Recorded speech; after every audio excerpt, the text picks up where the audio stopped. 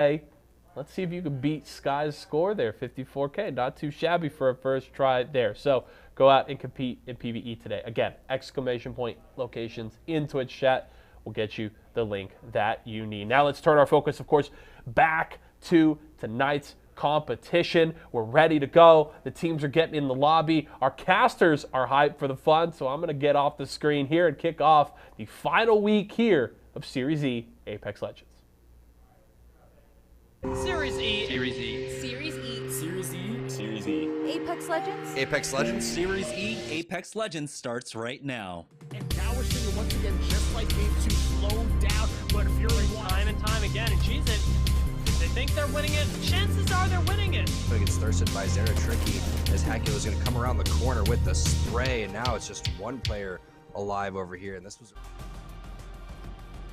All right, welcome everybody to the last week of Series E. That's right. It's been a long time coming. This has been an incredibly long season. To help me close out this week, I've got Why Not. How are you doing today, Tony? I mean, super excited, of course. It's the last week of Series E. You do multiple titles across Series E as well, so this must feel especially special for you. It really does, because don't tell Halo, but esports. I'm not gonna lie, Apex Legends is kind of the mistress. I love me some Halo all day, every day, but at night I sneak out and I play Apex every night. And let me tell you something. I'm happy we're not gonna see any Kings Canyon today. I'm done with it, Jamerson. I am done with Kings Canyon. That's right. We got 6 matches taking place tonight. We got 3 on World's Edge and, of course, 3 on Stormpoint. We're following the ALGS format. For the most part, we do have, of course, the same kind of point distribution. Placement points matter. Kill points matter as well. First place in a match will get you 12 points, all the way down to 15th, which will get you 1. And every single kill point will get you 1 point as well. We have $500 on the line for tonight's competition, with $350 going to first place and $150 going to second place. And we have to go back to the points because it's super important here. It's the final week of competition. We have 3 teams, or we have 3 spots secured, or that will be secured at the end of the week for the next season of Series E, and the other 3 teams, our partnered squads that don't make it into the top 3, will be pushed down to qualify once again for Series E. So that's going to be super important. But let's go ahead and talk about the teams that we have competing today. Of course, we have our 6 partnered squads. Thank you, of course, to our lovely partners here, Excedrin, Intel, Nerf, Razer, Splash, and Team Vizio. But we have a lot of open hopefuls here, a lot of new names that I'm not as quite familiar with, but also some names that we do know.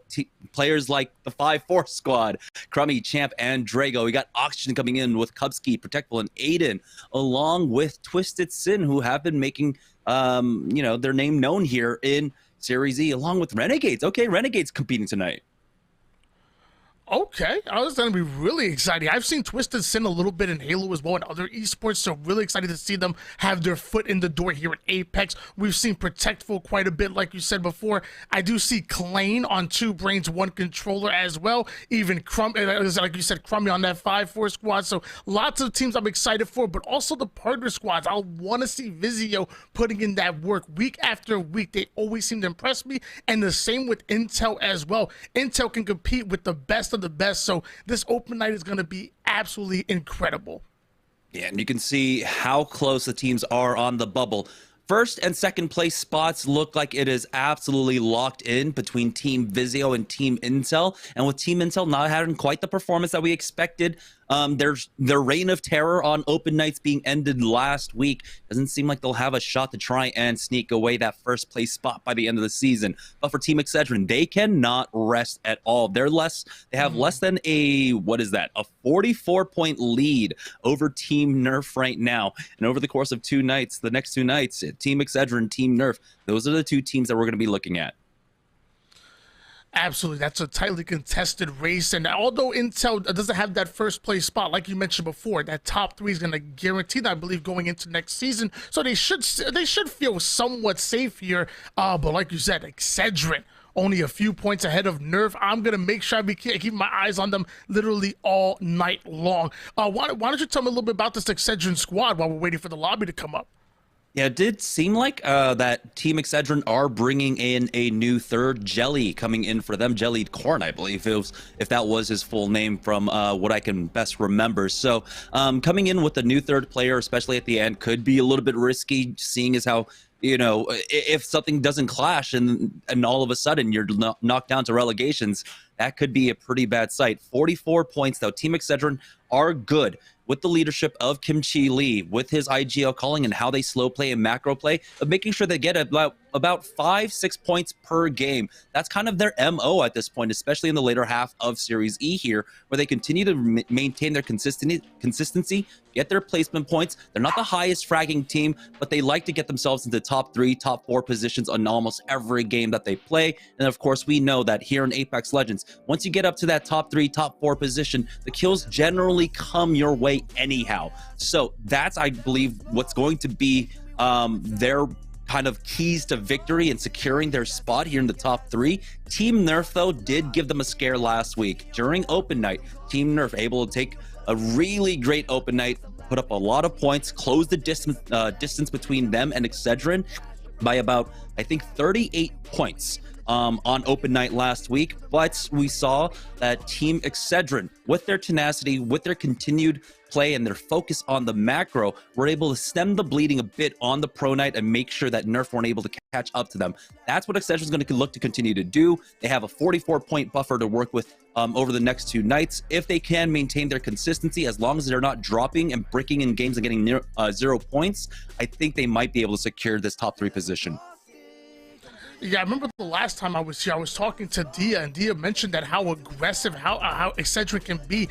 Now they can win some of those individual gunfights, so they have no problem pushing the tempo. But with their change in style, with them slowing the game down and really playing that high IQ Apex, I'm going to be really excited to see that going forward and hopefully be able to secure that top 3 spot. Is there anything you can tell me about this Nerf roster over here in this 4-man squad? What are going to be their keys to success to overtake Excedrin if they want to make it to next season? Yeah, for Nerf, like we said, it was the open night last week where they gave Excedrin the scare. Excedrin were playing that slow style that we've known them for, where they try to play more for the macro and continue to just put on points from placements and then get kills that way. Eventually in the late game for Team Nerf, they were doing a great job of just executing on third parties. We know how frag heavy here in open nights can be, especially with Team Intel pushing the issue, but Team Nerf were having great timings of particularly even taking out Team Intel in the early game, especially when we were on World's Edge. World's Edge is where we're looking for Team Nerf to really be able to kind of read the lobby a bit better than other squads and take advantage of the third-party timings in the early game and mid-game, where there should be a lot of fighting, there should be a lot of places for them to take advantage of, but especially when they come out from the middle of the map, when they're dropping over at Lava Siphon, they have a lot of opportunities to get involved in the third-party fighting scenarios. So that's what they're going to be looking to do again today. I mean, last week they were coming up with some big games. They had some 20 kill games, I believe, during the open night, and that's what we're looking forward to again. Team Intel going to be Team Excedrin, excuse me, of course, slowing things down. We're going to look to them to really call where the zones are going to be ending, trying to get and set up there early on. But here we go, heading into the first game of the day. I'm really excited for this, especially seeing the new Renegade squad with Sykes being added on to the roster. We know how strong Sykes can be, so we want to see if that's going to be the new kind of keys to success for Team Renegades. And I'm also really happy that Intel were here as well. The last time I was casting here at Esports Arena Open Night, Intel were literally running through the lobbies like it was a speed run. They were just trying to get through every team as fast as possible. It was incredible to watch. And honestly, I was taking notes because I was trying to take some of those skills over to the ranked lobbies when I was playing. Sadly, it didn't work out too well. But either way, we have Intel on screen right now, and we already see where that next zone is going to be pulling to, and it's actually going Geyser. That's going to be interesting. Interestingly enough, Team Intel had to full 3 drop onto the beacon building because another squad ended up showing up at Thermal Station. So they don't get their usual drops. If they're forced to kind of rotate into Renegades early down by tree, that could be problematic for them. Looks like they are starting to make their way on over there as they're only sitting on white armors. This is extremely troublesome. You can see Renegades already having the armory advantage. It's going to be triple blues versus the triple whites on the other side. So Team Intel having to deal with that. Never mind, they've got another full squad that they actually have to deal with here on the 50-50. It's going to be an easy fight for Renegades, already picking up the +3. And that's what really impresses me when it comes to these top professional teams, how fast they deal with the fights. They decide they want to engage, they decide they want to commit, and then within seconds, the fight is over and they're on to the next one. Armor swaps come in just in case the third-party situation wants to situate itself, if you will, and it's just in and out. It's so efficient, and it's beautiful to watch. Renegades bringing us down to 19 squads remaining. Now, so when we saw that zone pulling over towards Geyser, I noticed nobody actually landing Geyser. Is that a situation we don't want to land? So I mean, what's up with nobody landing towards that Geyser on World's Edge? This is open night where there's a lot more questions for drops. People don't know exactly where everyone is going.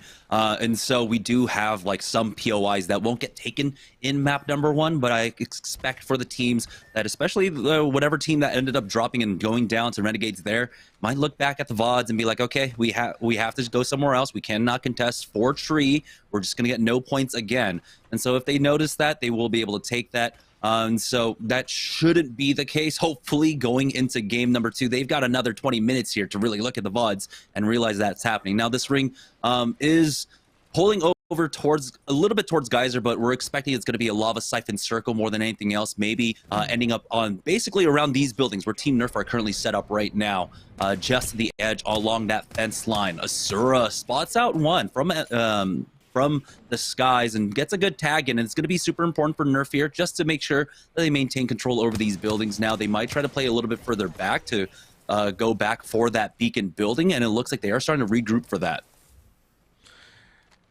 And mind you, like we kind of mentioned before the game started, you want to keep your eyes on Nerf, currently sitting in that 4th place spot. We're going to find out if they make it to the top 3 and on to next season. But it looks like RBW actually getting into a bit of engagement here over towards Big Mod.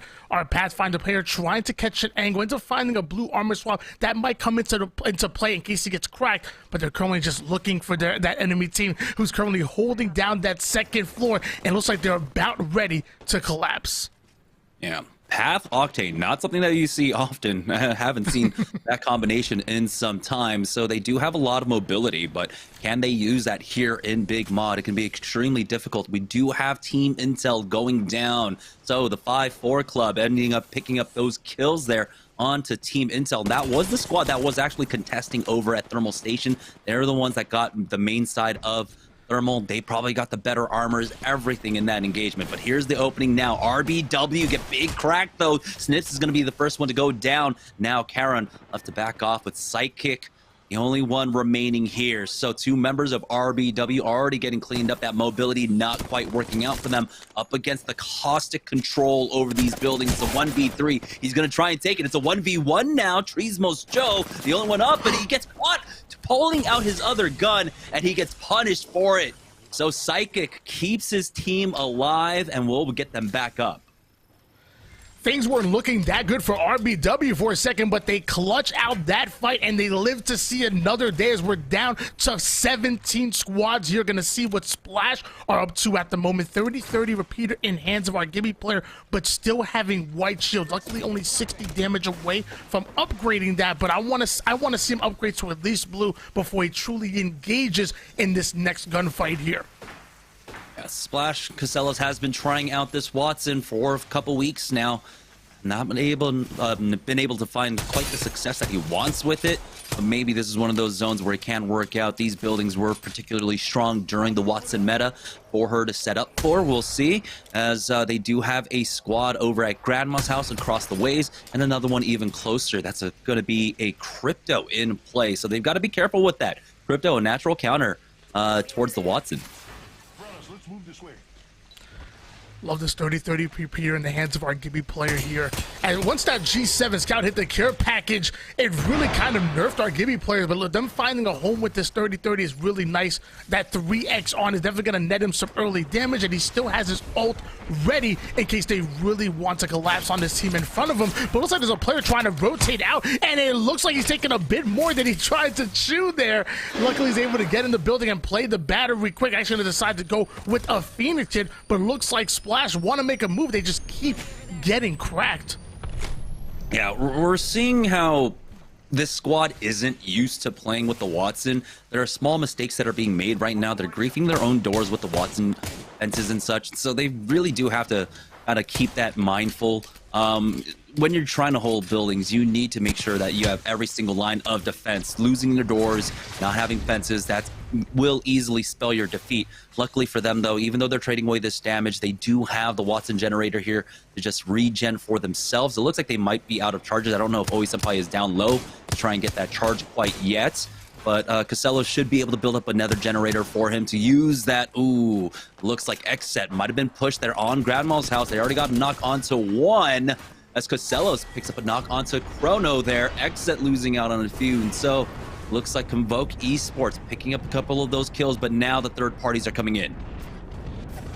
Yeah, I love the plays come out of Convoke Esports, but the question is, can they get out of this situation? Are Caustic players actually by himself? And it looks like Splash are deciding this is their moment to shine here. Tries to go in for the early res, ends up catching a couple R99 shots to the booty there. Looks like Caustic Gas going crazy, but the finishers are coming in, and Splash are looking to collapse. 16 squads remaining with 46 players on the map. Yeah, they're just securing the kills on the ground as well, making sure that those kills don't go away for free, giving no points to anybody at all. That does mean that they've lost out on their old building here. You got to hope that Casellas does have a generator to be able to put down now to instantly start playing defensive for his squad and start getting those fences up. But for the time being, they're just going to be stuck looting now that other squad is happy to just steal that gen away, use that natural regeneration on the shield for himself. We're down to 16 squads here, 46 players. One player from that last engagement did get away from Convoke Esports, I believe. Still riding this one out. I don't know if he had the opportunity to go up and grab those banners to try and go for the res. There are a lot of respawn anchors still left to try and pick up. And we do see the Rampage in the hands of our Valkyrie player. We know how deadly the Rampage can be. Even without activating that Thermite ability, it's still deadly from long range. But once you charge it up, it is an absolute demon to deal with. And it looks like RBW catches himself in yet another situation here as they are now fighting from inside the zone. It looks like they're able to thirst that kill that was trying to get away there. But we do see a Gibby ult coming in, and RBW wanting no part of that, quickly going to try to rotate out and towards that inner circle. Yeah, they'll be fine to play out here if they want to. Ooh, already getting the first knock onto Splash. You can see that generator providing a little bit of cover, and Drez takes a bit too long going for that peak as they do ultimately converge on the other ground to take him out, though. And so Team Razor now just refortifying the building. They go ahead and drop down the armors here for the armor swaps. Drez naturally healing with that generator coming out from Casellos too. And now Team Razor are owning Grandma's house. We haven't been able to take a look at the ring quite yet because the amount of action that has been taking place. We're now down to 14 squads here. Razor in a really strong position playing off of Grandma's house. Yeah, Razor coming in and making their presence known immediately, and they do have a caustic in their composition, so whenever they pick a building that they wanted to defend from within the inner circle, they're going to be able to do so easily by blocking down those doorways and locking things down with caustic. Caustic, that ultimate defensive legend, and it looks like they actually have another team on their site, and it looks like Razor deciding to get very aggressive on this one. The cracks come in, they finish one down, but the Bloodhound scan going to slow them down just a bit. Yeah, you do not want to play into a Bloodhound, especially if they have the Beast of the Hunt popping now. So it's going to be a full retreat coming out from Team Razor here. No need to really force the issue. They were able to pick up a couple of kill points there. One did get away from them. Spectre Esports, KSP 100, was able to steal that kill on the ground. And so you don't pick up that one, unfortunately. But they're still happy with their position. You can see now the ring continuing to pull away more towards Lava Siphon, up towards the Grandma's house, and No Name above Lava Siphon. Teams notified of that early on. We're moving in. We'll see who else is in the area. You have to imagine there's someone playing inside the cafeteria off to the western side, someone inside the Dorito buildings as well. No, the Dorito building is actually kind of free, so they have some ground to work with, but they're still maintaining position just as a full three in one story of this building. And I'm loving Spectre Esports right now, rocking Ash and Bloodhound in the same composition. That tells me that they have no problem with getting aggressive on teams. Once they get those cracks, they'll easily Ash portal onto them. That scan will give them that ultimate intel to find out exactly what the enemy is, so they can play even more aggressive. And then you have Gordo over here with the charge rifle to cheek out that damage and to waste the resources of their opponents. I'm actually really liking this composition here, and I wonder if it's going to work out for them. Down to 14 squads here on open night. You definitely want to open up with your best foot forward. RBW still playing off of Geyser here, looking for more and more squads to cheese. There is still a player stuck inside of the storm right now. It's ring number 2, so it's not ticking away as much.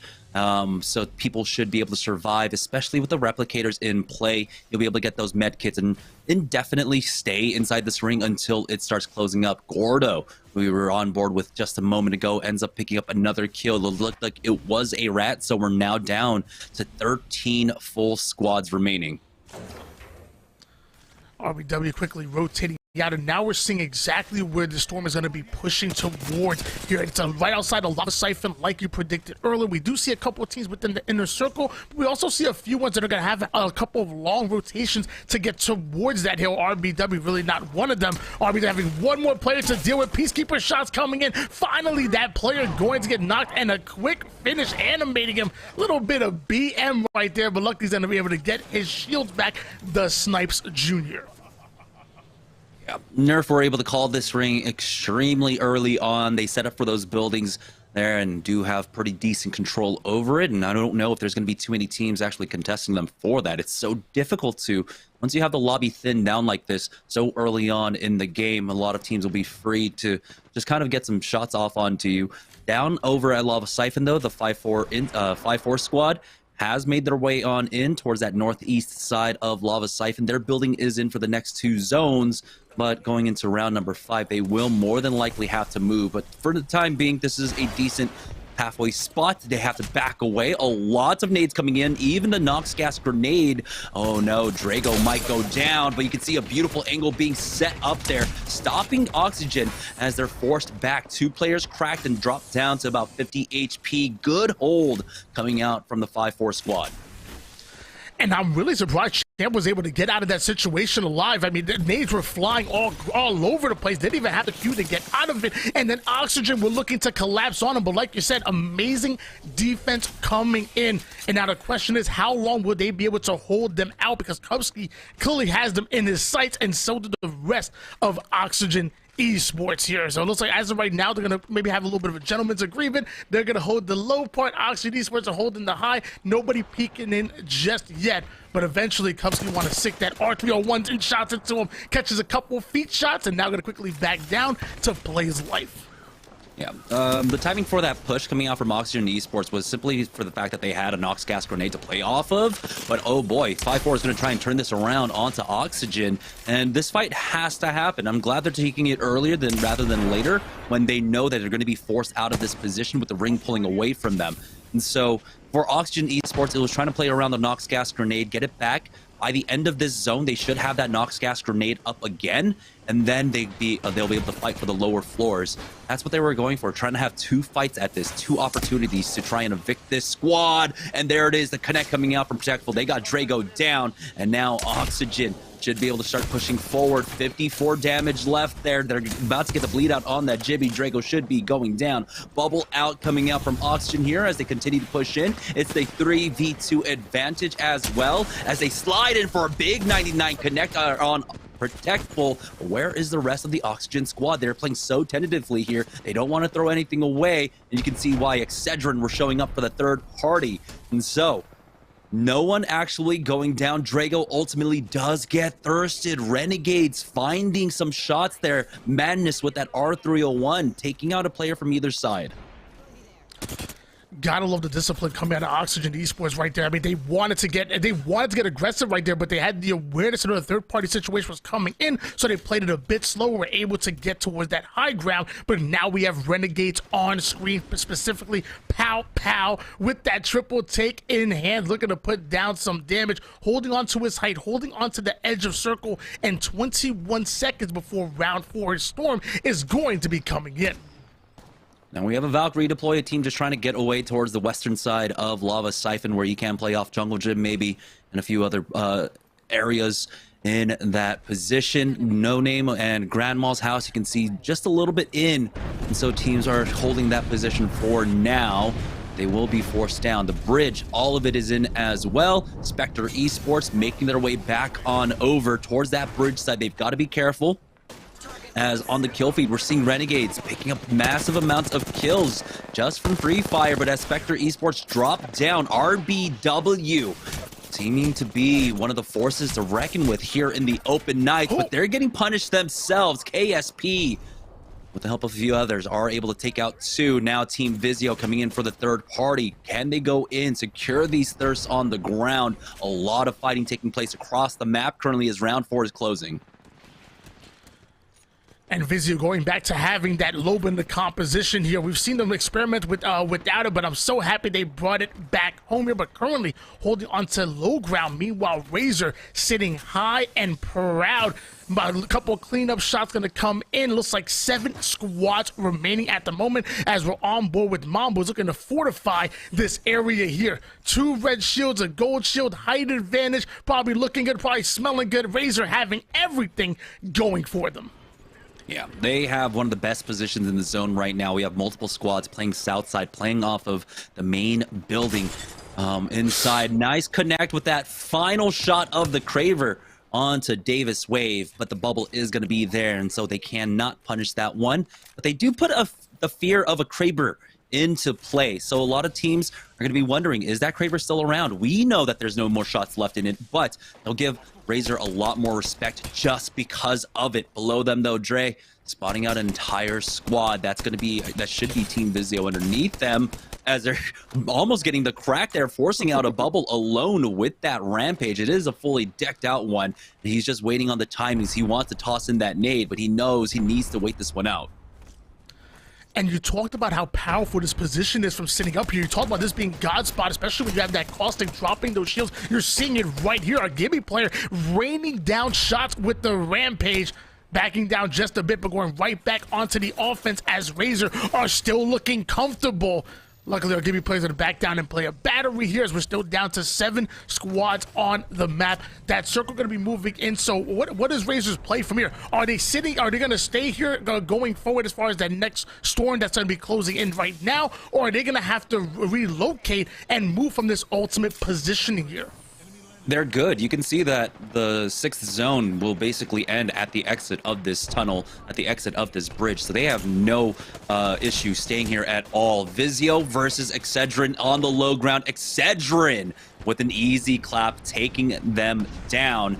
That's going to be all of the kills going their way. Excedrin going down in 7th place, and that is a little bit scary because Nerf, I believe, are still alive, or actually they might have gotten into a fight on the south side. We'll find out in just a moment as we swap around. We know that Renegades have been picking up a lot of kills throughout this map, and so they might be controlling the south side right now. Razor able to get a kill on to Protect. Well, we'll see if they finish that one off. Oxygen are knocked out. We're now down to 5 full squads remaining. Vizio here using that black market boutique at one of the best times of the game. They have so many death boxes around. You saw the extra armor swaps going down for them as well. They'll have a gold armor to utilize here on the low ground. It might even come down to a heal off in the late game.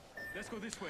And I love that swap to go into purple shields coming out of our Loba player. You notice that she was down to 2 cells remaining here. So swapping to the purple that was only 200 damage away from upgrading to red, hopefully able to get a few batteries, might be the play here. Meanwhile, All Glory Gaming sitting up high. I mean, we talked about the spot that that I believe it was in. Sorry, that the old squad was in, that was holding that ultimate positioning here. But All Glory Gaming sitting up high. How do you like the positioning coming out of them?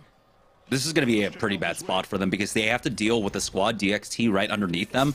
And so they're forced down. They're one of the first squads that are forced out of their cover spot. So a lot of teams are going to be focusing on them, keeping an eye on that. You can see there's plenty of cover for everyone else. Renegades have this fence line to work with. Razor also have basically all the boxes to work with inside. As for Team Vizio, they're waiting things out underneath the bridge, but it will be AGG that'll be forced down first, and they don't have as much cover. Maybe if they had something to toss down, if they had like Watson generator or caustic barrels or something to provide extra cover, but this is just free fire onto them. Take a look at that. So much damage coming across, and they're forced down first, and you can see everyone focusing them down. I guess height isn't everything, as he is absolutely getting melted at the moment here. And we have Renegade sitting comfortably with 3 red shields. And like you said, plenty of cover. Razor still having that tunnel positioning here. And Renegades punishing Vizio for taking the exact same spot. But the ultimate bombardment, defensive bombardment coming in, that's going to slow Renegades down and force them to play the early bubble. Meanwhile, Vizio are taking the exact same spot that we were referring to earlier. Height advantage still looking good, but like you said, there's plenty of teams that can get an angle on them, and that's what we're worried about. Oh boy, but Vizio know how to play the spot a little bit better there. Now drop down, taking the rooftop of the tunnel here. Razor right underneath them. Sykes the only one up for Renegades at this point, trying his best to survive, but it looks like the crossfire was set up there to spot him out. He ends up taking that roof away from them, spotting the spot, actually able to fall down now as we're down to just 2 squads remaining. Razor ends up losing out on 2 members. It should just be Team Vizio for the finish here in game number 1. Wow. That was a big difference being played by Vizio Gaming up towards that ultimate high ground compared to where All Glory Gaming was. Maybe All Glory Gaming were in that spot, but just in there a bit too early, taking a little bit of damage, while Vizio looked to take it later while that storm was coming in, waiting for the right time to take advantage of that high ground, then to drop down, lay down the hurt, and ultimately steal game number 1. We know how strong of a squad Vizio is, and they proved it right here today on your final open night. Yeah, we'll see if Vizio can finish off the open nights as they started it at the beginning of the season in a dominant performance. Already 1 game in their back pocket. We'll see if they get more for the rest of the day. We're going to go ahead and take a short break. When we get back, we'll have game number 2 of Series Z open night right after this.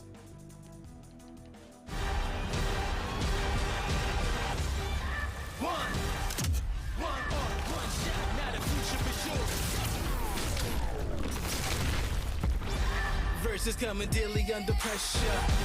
Working on the plot and the scheme, the truth we share. Take the balls and the breaks. I'm talking one chance, and I was so good for the goal. It's one shot, now the future is yours. Go. Etc. I'm fading.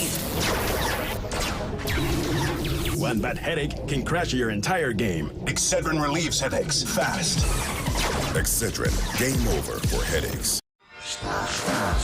Refreshing, refreshingly sweet, but without sugar, 0 calorie treat. They're all our top flavored splash.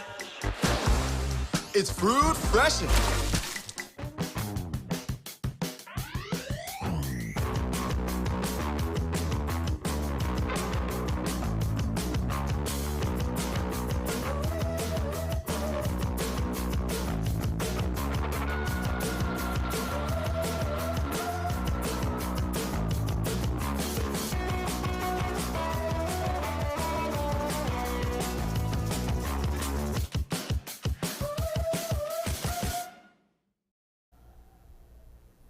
Team Vizio with a strong start to the night there. Of course, looking to put the finishing touches on a championship run here in Season 4 of Series E. Apex Legends, they've got to be feeling very comfortable at the top of our overall leaderboard, and they're going to be looking nice at the top of the Mobile 1 leaderboard when we check that out here in a little bit. Let's check out our first player of the game, though, for tonight, as Vizio had a pop-off. Oh, Bursty had a pop-off, though. So Team Razor, honestly, they looked really solid. We saw a few fights from them early on in the game. They were really getting things rolling. Jamerson and Why Not breaking that down at multiple points in that one. They weren't able to grab the win, but Bursty here with 7 kills and over 2,100 damage showed up pretty strong. So while that is the player of the game, let's check out our team of the game here with Team Vizio. We'll take a look at these boys because they're here in Orange County. The boys are in the building. Shout outs Scissors, Fury, Phony, all in the house. They're playing down at the other end of the office here, competing tonight. So shout outs to the boys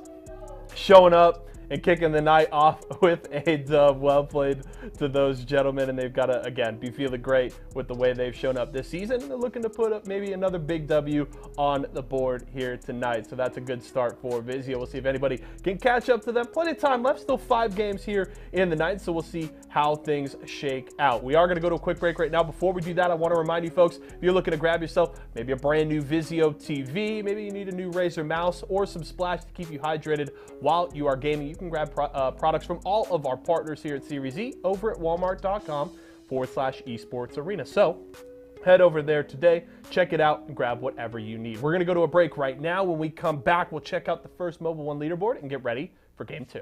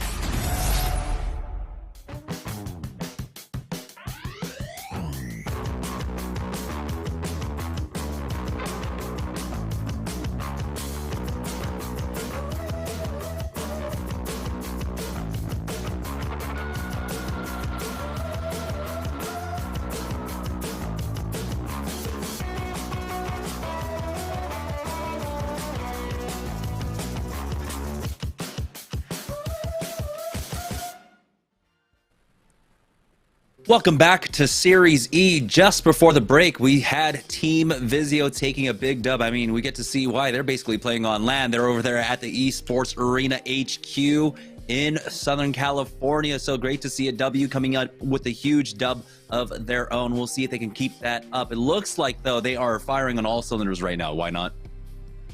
They really are. 1 game down and plenty more to go. And I've been at that Esports Arena headquarters myself, and let me tell you, it's beautiful in there. I'd be playing better myself if I was over there. On top of that, they have plenty of, afterward, they're going to party a little bit, maybe drink a little bit, play a little bowling. They definitely know how to get down and dirty there at the Esports Arena headquarters. Yeah, let's check in with the Mobile One leaderboard to see how many kills they ended up picking up. It was a 12-kill game for Team Vizio. So 24 points overall, but Team Razer not to be outdone. Where they ended up getting an 11-kill game, it seems like, and that +9. And Renegades themselves, they were fragging out. Sykes trying his best to survive that late game, but he does make top 3 at least for his squad, along with the kills that they were able to pick up in the mid game. So very strong showing from our squads. I think right now, more than anything else, we're surprised Team Razer performing so well here, taking 20 points already in game number 1, but like our squads that we're really looking out for, Team Excedrin, Team Nerf, that difference, maintaining that kind of same difference. They've both accrued 3 points in that game, so no changes there. Let's check in with the Mobile One high performance moment of game number 1. Yeah, it looks like it's going to go to Vizio, and no surprise here. We talked about them holding that high ground up until the last moment, then collapsing at the right moment here. Sykes going down quickly. Eventually, that brings us down to just 2 squads, and then Vizio just collapsing in that bubble, being a little bit of a nuisance, but eventually ripping him out of the sky with the flatline. And you guys saw the scoreboard. Vizio and the Razer sitting on top, and it just tells you how important positioning is when it comes to Apex. Like, obviously you need to get your kills, but you also need to position yourself hill after hill. It's literally like a chess game, and Razer had that ultimate positioning for quite some time, and then Vizio stealing that ultimate high ground and stealing the game number 1 away. It's all about positioning for that first game, and we're gonna find out if that carries over into game number 2. And speaking of game number 2, we're already flying on in. You noted that there were a few POIs that were open in game number 1, and of course we had that fight, that 50-50 taking place down at Tree. Renegades were able to win that one out easily, so that squad should be moving on over. For Team Vizio, though, they're going to go back to El Clasico. They got all of Landslide to play off of, and it's about early movement for them and getting in close towards center zone, the team that really activates in the late game, as we saw in game number 1.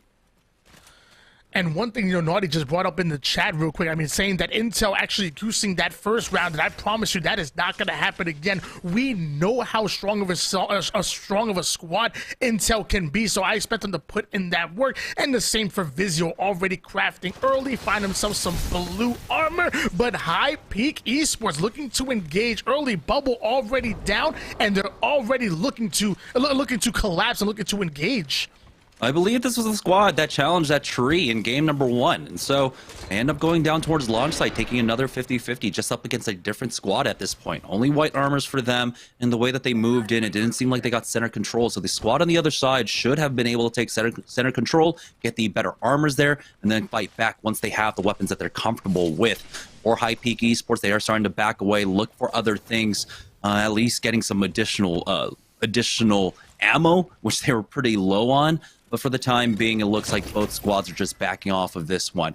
You see Lava Siphon. It's going to be another Lava Siphon circle, but this one's going to be a little bit different. We're really expecting it to pull down to the southwest side of Lava Siphon, just off of that respawn, excuse me, not the respawn beacon, the recon beacon there. So teams will be playing around that building for sure, playing around the fence lines there. Yeah, definitely a lot different from what we're noticing right here, because the last time it landed in game number 1 more towards Lava Cyphers, which was that open field, lots of open area, where this maybe a team will have a lot more cover, so really kind of favoring a team that likes to play a constant composition. If they can claim a building, claim a room, and hold on to it, maybe they can hold on to it for the entire game here. Meanwhile, in the bottom right-hand corner, you are still seeing High Peak Esports looking to loot up, and I wonder if they're going to try to contest over towards Tree, or if they're just going to simply rotate out of this position. Maybe them scanning the beacon and getting some more information might shed more light on their strategy going forward here. Now I'm a little confused because we actually lose out on where Team Intel currently are. It seems like they might have changed up their drop to actually play off of Fragment West, so they're not taking the fight up against 5-4 inch squad that were contesting them at Thermal Station in game number 1. We saw that they landed as a full 3, took the beacon, and then from there they had no idea what to do. So this time around they're playing center map, so Intel already making adjustments on the fly here. Geyser is still open for teams that need that. For Team Nerf though, again, sitting pretty with the armors that Lava Siphon typically do provide. Once they pick up that ring information, they know that they're going to want to set up early on for a really good spot here. And it's like Nerf having that Valkyrie ult already. So anytime they want to get out of a bad situation, they have that to their disposal. But they're already well within the ring, so they're very comfortable with their position here. Nerf actually having that Devo in the back pocket. RBW once again getting into a fight here over towards Big Mom. We see Psychic Snice with the R99 absolutely cracking that Gibby player for 125 quickly. Gonna back down and try to play the life, but looks like he's gonna catch a little bit of a different angle towards the bottom side. Another 115 being ripped out of our Octane player. Beautiful shots coming in. RBW very aggressive. They may have swapped out that Pathfinder for a Gibby, but either way they're still rushing forward here. Yeah, it's I think Karon making the swap on over for that Valkyrie, providing them a little bit more mobility for the entire squad, as Team Intel now making their way over towards No Name. It's going to be Twisted Sin in their sights, and just like that, the fight is already over. So maybe this swap going over towards Fragment West is the change that Team Intel needed. It's the green door finding themselves on the wrong side of a fight here. Is Beefcakes over at Big Mod, the only one up for his squad. RBW looking to finish them off, but the caustic gas is slowing them down. They want to finish him off. They should be able to get him shortly here. Hard to get away from 3 players, especially when one of them is an Octane. Well, you know, if it was Skittle Cakes there, I'm sure he'd be able to do it. So I got faith in Beefcakes. I love me some Beefcakes here. RBW Light still trying to deal with this player here over towards Big Mod. And it looks like Snipe's going to collect a little bit different angle. Psychic quickly going in with that R99. Once again, the frag denying that angle. But Psychic putting the player all the way down to 1 shot. Ends up going down, but that should be enough for RBW to come in for the finish. And the early rest comes in. We are down to 18 squads. 54 players on the map, and there's more action here with Splash. Nestle Splash catching out a squad inside of Harvester, using that bubble to push up. Now the barrel's going down a little bit too late here, as they're able to take out minus tempo. Now just 1 player remaining on the other side of this fight. You can see how strong the caustic barrels still are, though, slowing things down. not able to try and recover the bodies though, and so Splash will still have this advantage. You can still see them crawling down, trying to get away, but the thirsts are going to be easy for Nestle Splash, keeping this team down to just a solo. You have to imagine as the Rejects try their hand at trying to take out RBW, but they're already down to humbled Agent Angel, who is definitely humbled at that point in the fight. Yeah, definitely got rejected on that one. RBW not scared to get into these early engagement, ultimately winning them, as Psychic is going to be our new kill leader here at 4 kills. He's quickly going to upgrade that red shield. Oh, the game just started. My man already got red shields. God bless RBW. Looking very good here in early game number 2. I'm trying to remember what the difference was, but I think it was just because they were able to actually loot up all of Mod first. In game number 1, they did have to contend with a 50-50, making things a lot more slow, but this time around, they regained their composure much quicker, and getting challenged like that, I mean, you're coming up against the squad that has decent armors and, of course, the big mod loot, so it should have been an easy fight for them. On board with High Peak Esports, though, as they have made their way in. They're thinking that this is going to be a very similar to Circle to what we had in game number 1. So they're setting up on the northern side of this zone.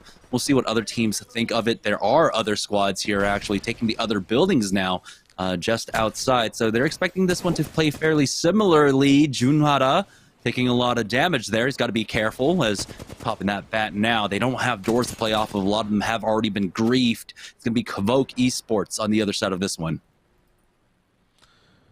Both of these teams just kind of cheeking out damage at each other, really wasting each other's resources and also farming up that damage for the Evo. As you see, Quick Clips is 133 away from upgrading to that purple shield here. And even Demonic Tim, he's right there, 85 away himself, and he also has that bombardment. So we saw the use, I believe it was Oi Senpai earlier, when he used that bubble for Gibby. When you think of that bubble, you think of a defensive cue. You think of trying to get out of a terrible situation. We saw Oi Senpai actually using that Q to go forward, to actually close the distance on his opponent, creating cover out of nowhere so he can move forward. Maybe we might see somebody on Kavoke Esports might do the same. Maybe he drops that bubble, maybe use that defensive bombardment to close the distance on the team right in front of them, or maybe they're happy with their positioning here as Quick Clips absolutely clipping with the R301.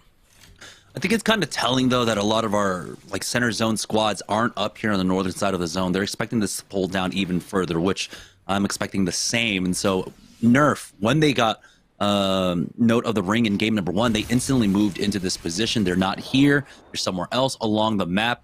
And so this fight might not amount to much other than just kill points here, because this might not be the position you're playing for in the late game. You're seeing walls being set up now. Team Intel in that connecting area between Harvester and Lava Siphon right now. Nestle Splash are stuck inside, and Team Intel want to try and full send it onto them. They've already taken out some of the fences. They're starting to push up. The generator is there. James Fearless has to be careful, though. He was getting ready to fall back with that phase breach. Bubble down early, though, for Mooney. And this could be problematic for Team Intel. They're still dealing with the Watson generator here. And so as soon as that one goes down, I mean, it should still get eaten up, and they're backing away now. A defensive bombardment being used. It looks like they're not as comfortable. They don't really know what to do up against that Watson.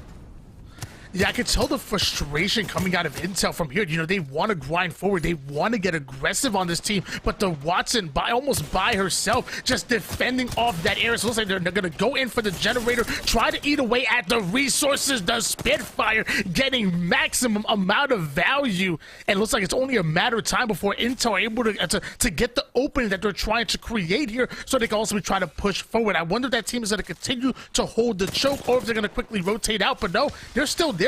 They're still fighting forward here.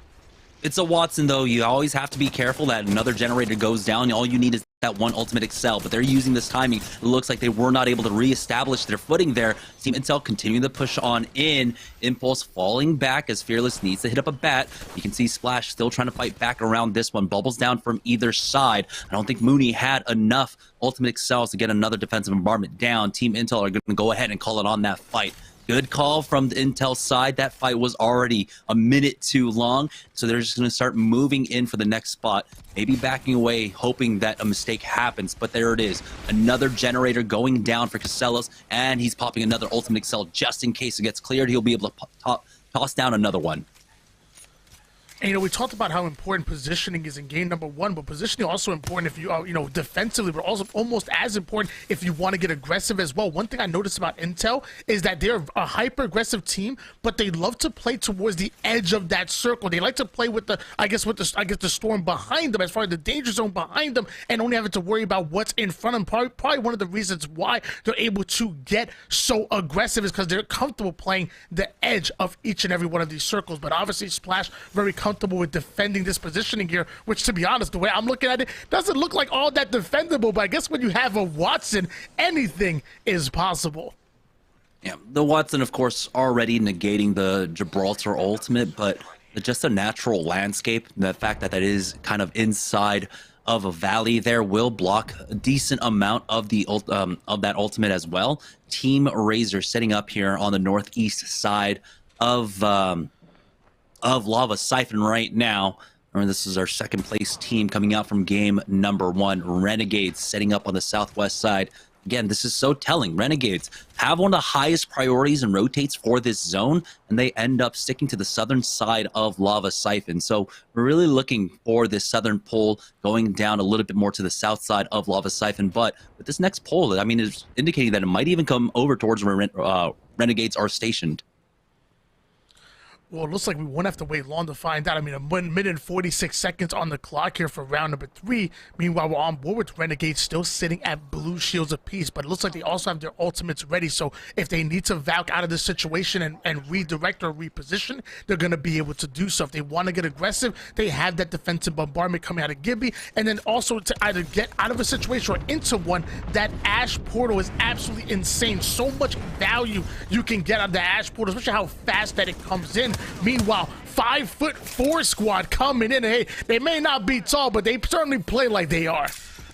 Hey, man, we know what size means in Apex Legends. It just means you're a bigger hitbox. If you're 5'4", you're just smaller, moving around. You got the old Wraith hitbox and the old Wraith stance, all right? That's why Champ is on that legend, really going ahead and busting that one out as they're looking to gatekeep a lot of the squads. I mean, we know that teams are moving out from Harvester. We know that there are other squads. I believe, yeah, it was Team Renegades that are holding the platform on the south side of Lava Siphon. So they're doing a good job of just maintaining presence around there. Nestle Splash, though, making their way into Lava Siphon right now, running up against Excedrin. Kimchi Lee, the first one down. Casello's looking to set something up as he backs away with that phase breach from Moose and Flower. Not able to secure the thirst quite yet, but they can go back in once they kind of reset themselves. The bat does come down, and here comes Team Intel looking for the third party. They end up finishing off Team Excedrin.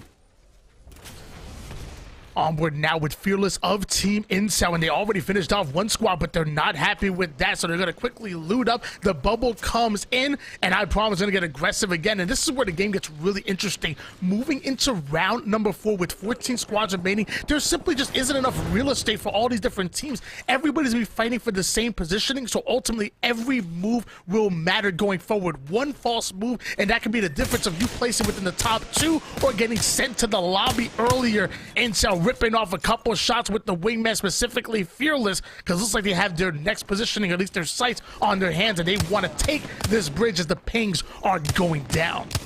Yeah, remember last time we saw that was 5-4 squad not too long ago, maybe 30 seconds ago. Zone 3 is now closing up. They do get a tether onto one, and Fearless wants to try and open up here. He's got to be careful. Renegades are playing on the other side of that fence line, and if they can get a knock, they will go ahead and full send it on to you.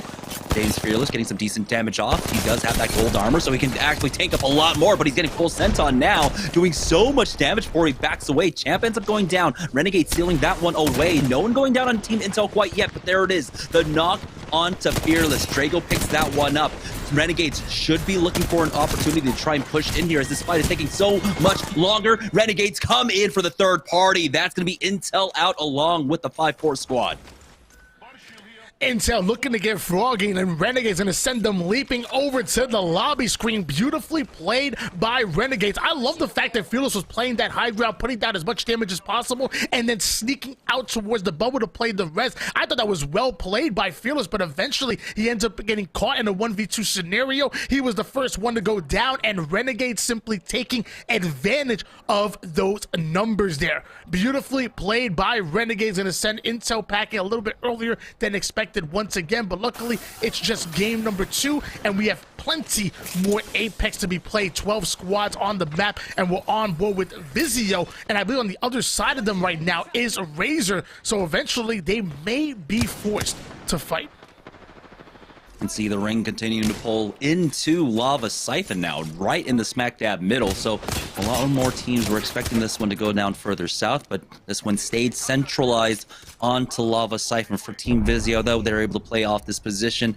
They're going to really be able to utilize that black market boutique. It's going to come up huge, as there should be a lot of errant loot around for them, but already they're sitting pretty. They've got the gold armor, they've got double purples as well, and now it's all about trying to maintain their utility. We know how strong they are when it comes to the late game, and one of the main factors of that is the fact that they are able to be very economical with their use of throwables. They save that for the late game for as much as they can. They try to make sure that they have 1 or 2 nades on each player for that, and we saw that come into play finishing off game number 1.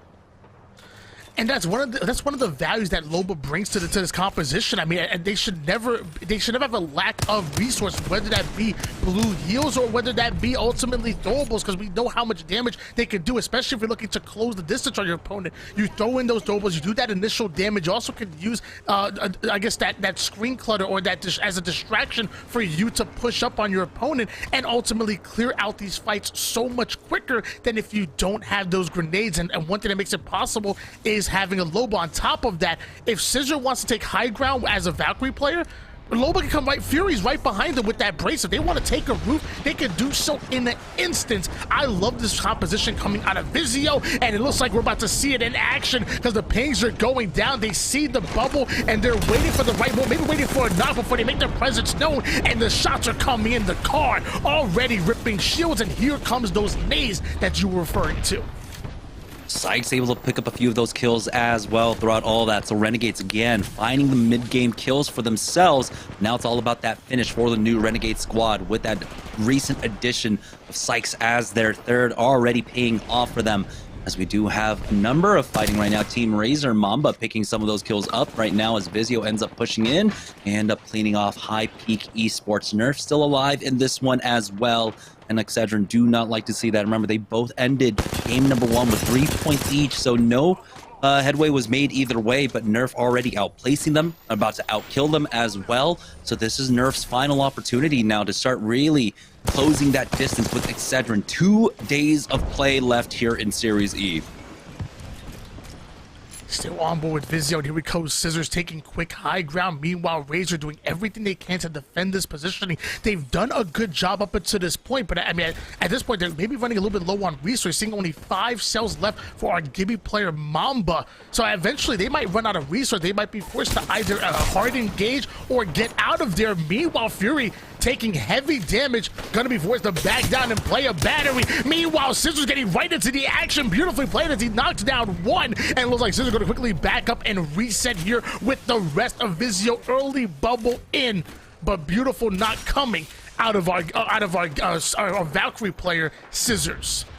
Yeah, they're going for the reset here. They're prioritizing the rotation instead of getting that final kill to finish off Razor. So Vizio understanding how to quickly shift their focus for that next fight, for the next move. As the defensive bombardment does go down, it looks like it was actually their own there. So no damage really coming across as Mamba does get finished off. That's going to be Joe Max from AGG picking that one up. Nerf now forced out into the open here. Defense bombardment landing on top of them as Turns is taking so much damage. They're going to try and utilize this ending bubble. He's only got 20 HP and there's nothing left for him as DXT clear out that side of the map, but now another team ends up showing up in full force. We'll see if this team Vizio pushing in to try and finish things off. Who forced them back as Nestle Splash maintained this high ground position. They were able to play out of the building and delay their exit out. Now they're in a beautiful spot here on the high ground, uncontested.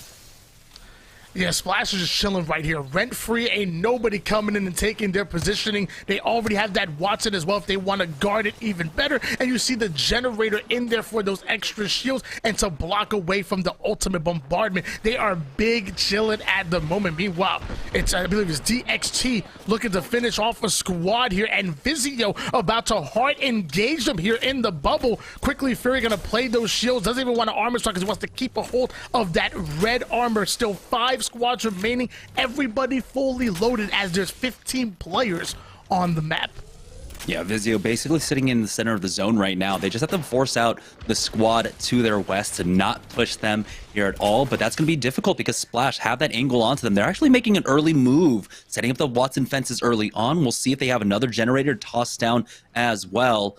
Maybe they're just holding on to it for now to fall back to the first one that they set down. Splash keeping tabs on the teams around them. Finally, Casella's getting some more charges to put up those nodes there. That's the unfortunate thing about running that Watson. If you don't have, or if you're not in sight of your Jenny, it takes so long for those nodes to come back up. But he has done a good job of at least controlling 2 angles of attack here, as now Renegades are looking for an opening. Peek out from Madness with that R301. He is on that Ash, so he can easily get away from this one. Now you can see that Vizio might be in a little bit of trouble there. Backing away is Renegades, though, as Sykes does get cracked. Madness wants to top off. DXT have made their push on to Vizio and have taken them out. We're down to 4 squads remaining as Splash are coming in for the third party.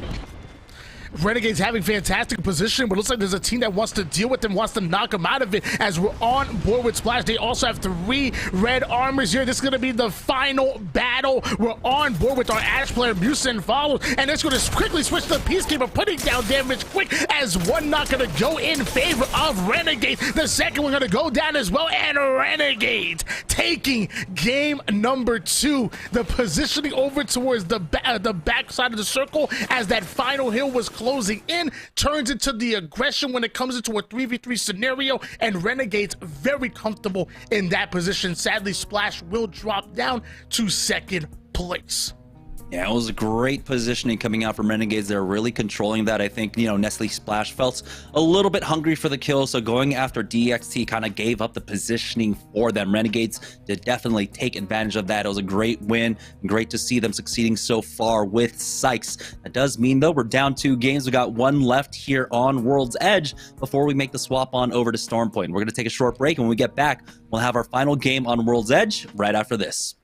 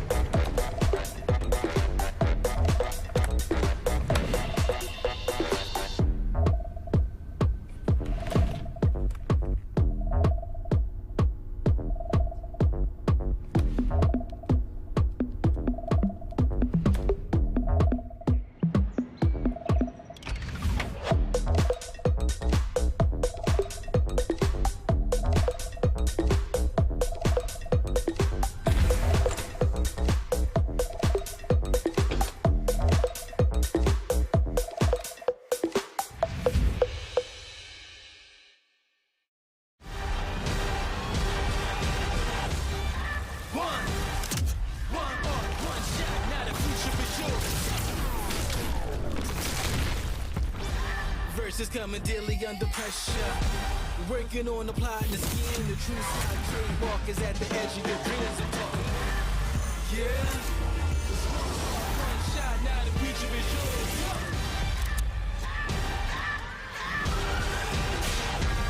I'm turning dreams into reality. In the lab with the formula and chemistry.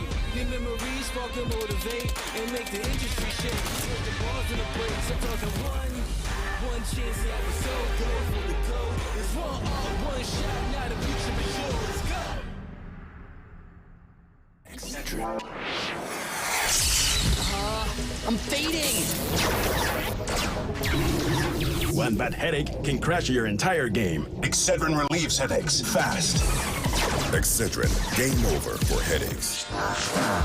Refreshing, refreshingly sweet, but without sugar, 0 calorie treat. They're all our top flavored Splash. It's fruit freshin'. Game 2 in the books there, and while Vizio were in the mix to try and make it back-to-back victories here in Game 2, they fall just inside of the top 5, and the Renegades are able to clean up the mess there in the final circle and grab a win. Well played from a roster that is, of course, in a bit of an intermediary stage, making some changes, trying to adjust, trying to prepare for things like the LCQ coming here in a couple of months. But at the very least, they got a win here tonight. We'll see if they can keep it rolling with 4 games left to go. Let's check out our second player of the game here for tonight. Of course, Bursty took honors in Game 1 despite the Vizio win, but this time it's going to be Sykes here for the side of Renegades. 5 kills and an assist, just short of 1,500 damage. They're playing on the Valkyrie, and that's a big part of why Renegades were able to grab this win. Well played in that late circle. Pretty calm, collected, and clinical play from the squad as they finish off game number 2. So they'll definitely be in the mix. Of course, it was pretty tight between Razor and Vizio at the top of the Mobile 1 leaderboard after game 1. Thanks to the really solid fragging from Razor to start off the day. We'll have to see how this win from Renegades shifts the look in those standings, and we'll find that out when we come back. We're going to a break right now, but when we return, we'll have our final game on World's Edge for the day, so don't go far.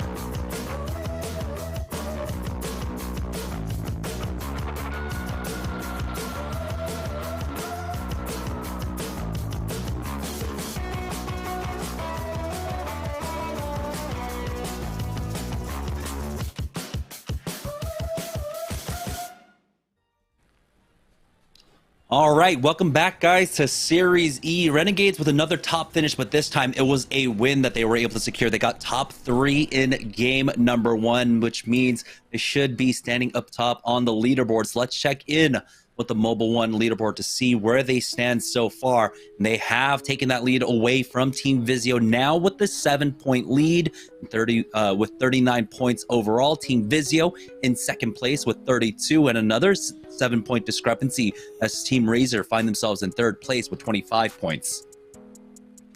Yeah, the big 3 still doing what they do, but it's Renegades that ends up on top. But the question is, were they able to steal away our Mobile 1 high performance moment of the game? That's what I really want to know. But they already taken that first place, and Vizio luckily only behind by 7. They're still within striking distance of possibly winning, with still 1 more game in World's Edge and 3 more in Storm Point. I'm sure anything can happen going forward.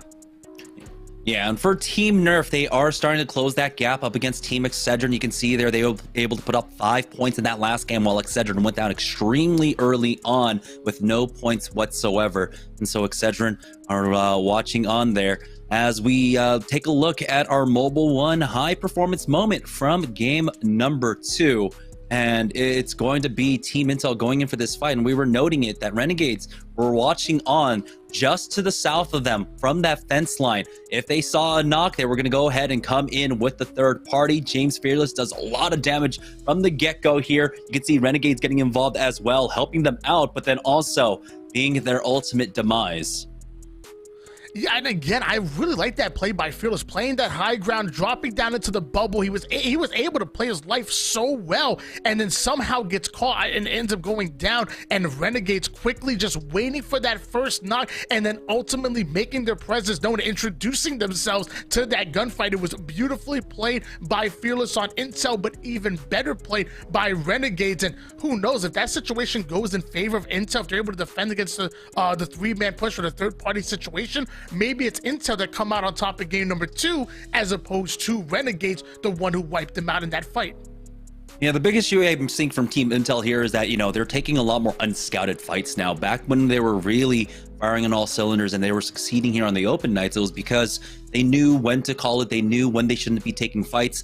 They didn't have full information in this fight. They knew that there was a squad on the bridge here, but as soon as they saw that maybe someone else comes in and steals one of your kills, you got to get the hell out of there. They did not do that. They stuck around for way too long thinking this was going to be clean, but you saw that Drago ends up having different plans for them. Getting that knock on to Fearless basically meant that Renegades were coming in for that third party. As soon as Renegades saw that knock on to James Fearless, Renegades knew that they were going to push in onto it. I mean, that's what happens when you have such a seasoned squad like Renegades.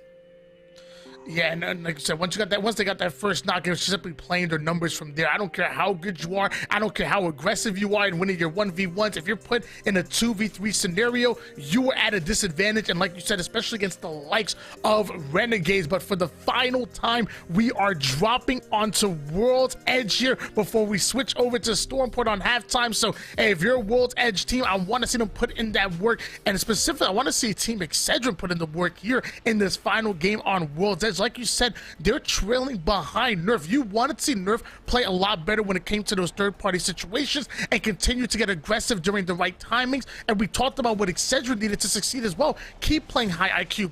Keep prioritizing positioning over those kills, because eventually those kills will come to you. But sadly, that strategy hasn't seemed to work for them so far here in the first two games. Maybe they could readjust and step it up here in game number 3. Here we go. As we have another South ending, Lava Siphon seeing a lot of love tonight, but this time around, we are looking towards that tree side for the final circle. The ping's already going down for Renegades. You can see they're expecting this one to go, maybe even pull up towards the fence line. So teams, if they can play off that high ground edge connecting over from Thermal Station, that could be an incredibly potent place to start. Now going into this last game, it looks like, or last game, excuse me, on World's Edge, teams have gotten the memo that Geyser is open, and so we are going to have a squad finally taking that drop over by Geyser here. So all the POIs have been taken. The one thing I'm afraid about for that team that did land Geysers, if you look at them, I mean, if they got to push Overload, they got to push towards that cave and into a narrow situation. Same thing if they want to push Big Mod into another choke point. Even if they want to rotate out towards Lava Siphon, it might be slightly wider, but it still doesn't seem like the best positioning. If teams recognize that they're over towards Geyser and they're not able to rotate out of there quickly, they might just be easy KP for a team looking to collapse on them. That's the only problem I have with Geyser, that it seems like it's really hard to rotate out of that POI. They do also have the option of just running through from the Lava Siphon side. They do have priority on that, as you're only contending with the fragment timings on the rotate through there. So as long as they're fast, they should be okay. And of course, there's always the Valkyrie to play off of teams. I think it's like 100% pick rate at this point. I haven't seen a team without one here, except for in game number 1 where we had the squad that was running the Octane Path. Yeah,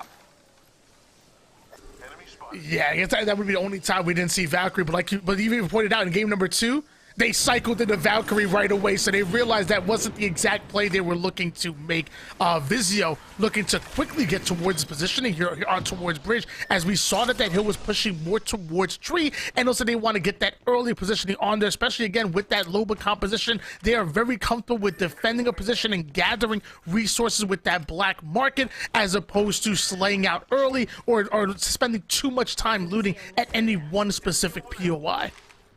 I'm wondering if they want to maybe try and favor towards that fence line. We do have Phony moving over there, but it might just be for the loot. So holding that respawn beacon by the train tracks will be incredibly strong for them, especially in the mid game. They should be able to pick up some decent amount of kills there and maybe try to catch up with our first place squad, Renegades. Remember, they're at a 7-point deficit currently after 2 games. For the green door, though, they've got the armors this time around, but the fight is still coming towards them. RBW already used that jump pad to close the distance. They took some damage for it, having to use the bats there.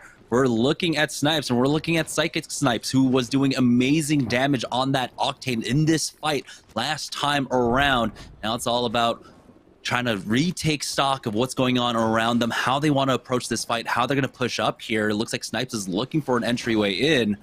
Doesn't like what he sees, backs away for now, as he does have to contend with the Caustic on the other side as well, I believe.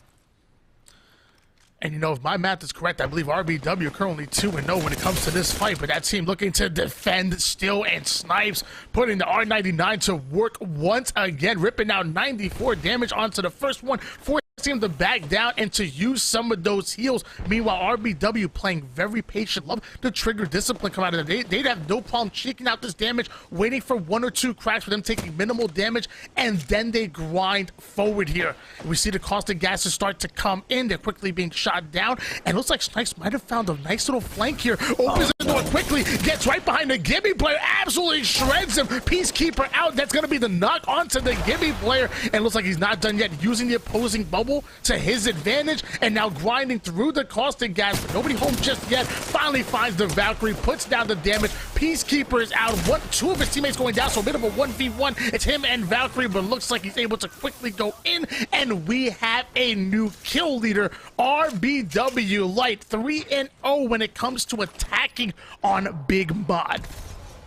And we have to note that they also made the change too, where again, they swap out the Valkyrie. This time they're going for that Caustic, but they didn't even need the Caustic. They just need the absolute fragging power. The Snipes duo there at that point, finding an opening. You can see why it's so important to know how to hold positions. That door should not have been left alone. You do not allow anyone to open a door for free in these games. Yeah, I mean, a huge mistake, and obviously that's the reason. I mean, that was the reason why they lost that fight. I mean, they literally came in rent-free and was able to get so much free damage on that. And the fact that that team actually had a caustic, so if they really wanted to not prioritize that angle as much, they could have dropped the canister and actually completely blocked the doorway to the point where the enemy team would have to crack it down, giving them audio cue and free information in that gunfight. So, like you said, I mean, it's so important making sure you're watching all of your angles and making sure nobody's able to get a flank, because one false move and you're being sent to the lobby, down to 19 squads remaining. And we're taking a look at Nerf, who has a team literally right above them.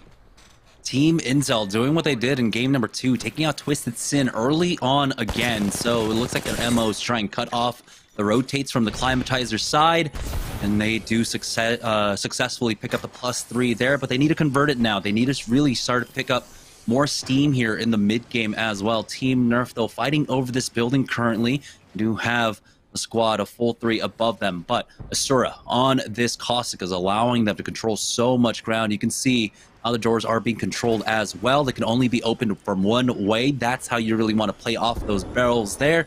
Nerf, though, looking for an entry now with these nades. Unfortunately, one of those barrels ends up getting cleared by that Arcstar. Asura trying to pop up forward with those nades coming in now, forcing them to one side, funneling them into that window as well. We'll see if they can find an opening here as Asura now. You can pick up that barrel if he wants and try and toss that one in, but he wants to have it as insurance. And you can see that outside flank is allowing Asura to go in, get the knock onto Lock Lee. Now there's only 2 players remaining in this fight on the other side. Not for long. High Peak Esports get taken out by Nerf.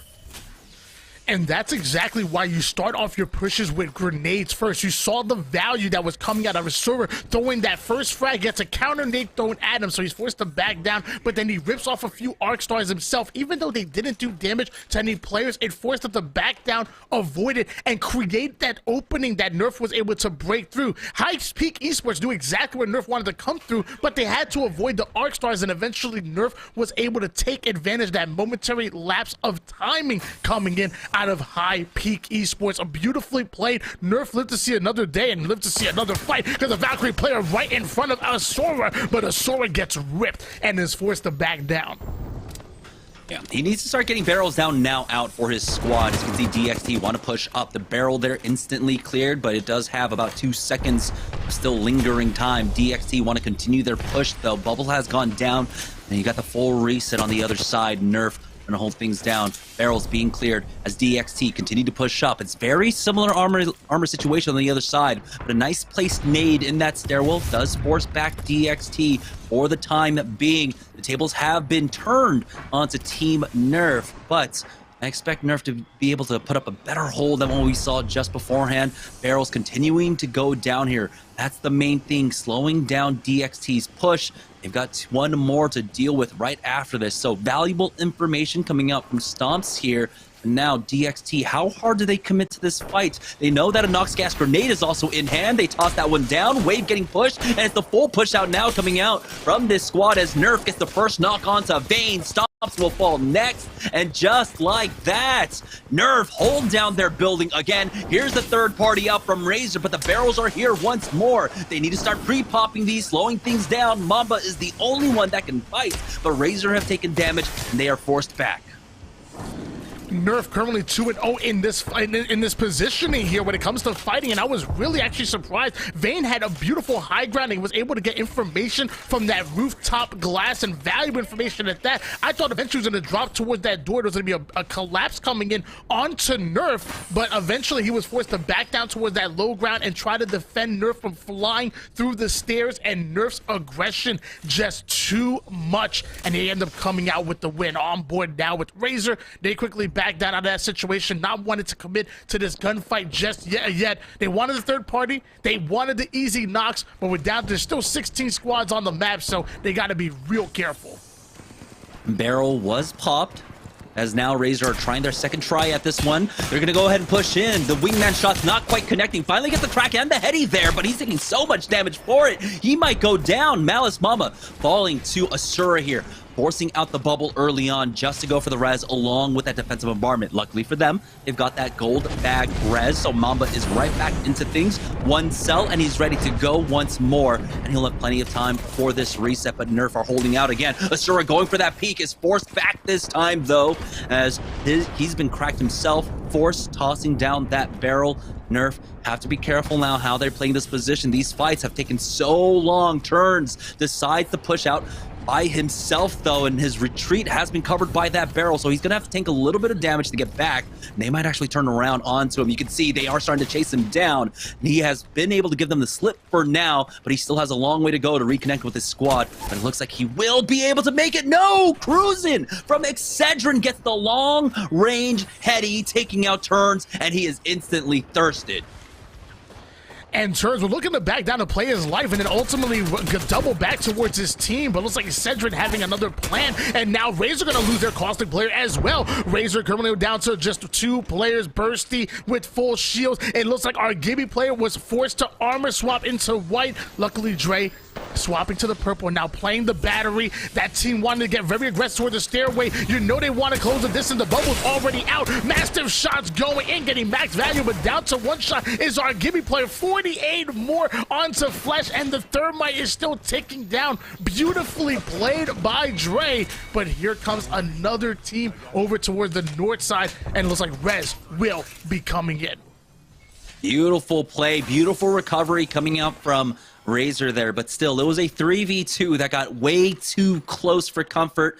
That Thermite saving their butts there in the end and really funneling them into that left-hand side. But here's Excedrin. They want to get involved. They want to pick up some additional loot. That was Turns that they were able to pick up, cruising with that wingman. It was a naked wingman at that. And so he's getting some great value off of it. They only pick up the loot as they have to back away. The ring starts pulling away from that thermal station, or excuse me, from that tree side now, going back over towards Lava Siphon. I believe Vizio's position should still be in on this ring, and now it's going to be ending on that south platform of Lava Siphon.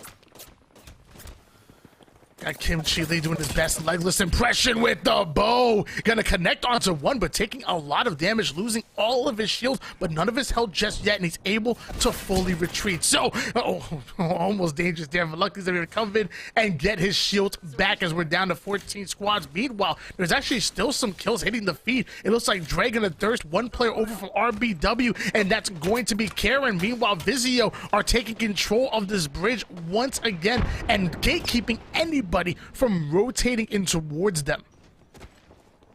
Again, the power of that Loba just allowing them to maintain this position for so long. Whenever they need to top off on ammo, they basically have free infinite ammo with that Black Market Boutique. I'm wondering if that's also Renegades are playing that same spot that they did in game number 2. Here's Razor, though, starting to make their move on out a bit early before the zone even starts closing, and they do actually force out a squad.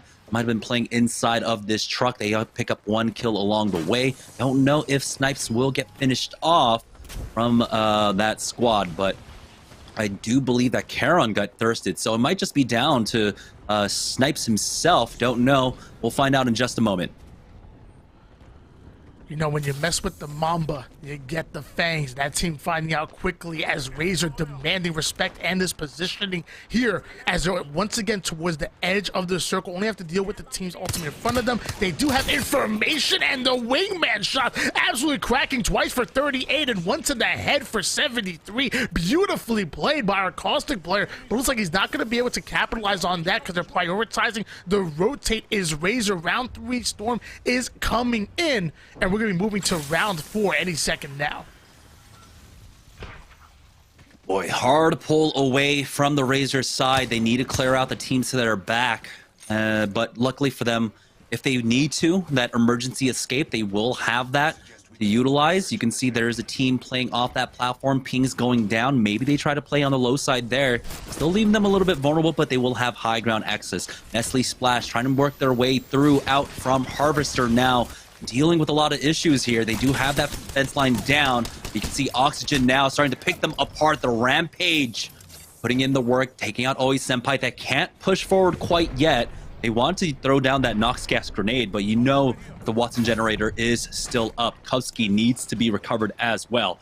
So both sides getting a free reset here on the rotates. We do have a few teams going it down right now. Vizio picking up a lot of kills. That Splash getting knocked out. And you can tell Oxygen Esports are not happy. They have to deal with the Watson fence. They got to deal with charge rifle shots. So much cringe for them to rotate towards the hill here. And with 38 seconds, they're going to have no choice. So we do see some caustic canisters coming in so they can try to defend that position. But eventually, it's not going to be enough. Eventually, they're going to have to push forward here and get a little bit closer to that circle. Down to 10 squads, 27 players on the map. And not only was the Watson fence defending a position, but now we're seeing defending that doorway, absolutely blocking it in again. Oxygen Esports must be frustrated at this point. They get this free spot actually right underneath the bridge that is inside of the zone, and all this loot that was Nestle Splashes. Here's Razor. It looks like they were ultimately able to make this push onto this platform. There was a team there. They ended up giving it away, it seems, or actually earned that one away. Champ going it down and getting thirsted off. Razor having to deal with one more inside the platform though.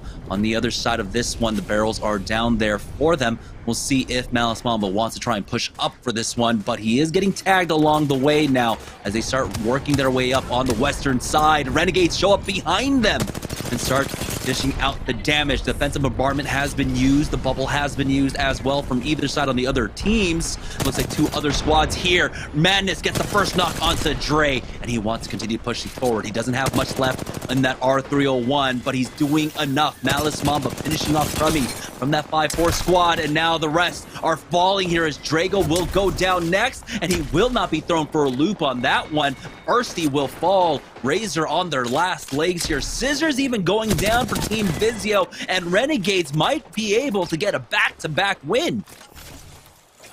I mean, this was just beautifully played by Renegades. I mean, the flank comes in and they take on two different teams, and they do so masterfully. The fight is already done. That was maybe a max of about 28 seconds right there, dealing with two different teams, and finally they're able to rip out that player with the red shield. It's gonna be phony. Ain't nothing fake about him dropping the bubble because he's looking to fight back, but a counter bubble is in, and he doesn't have any teammates just yet. He's still gonna try to grief a bit.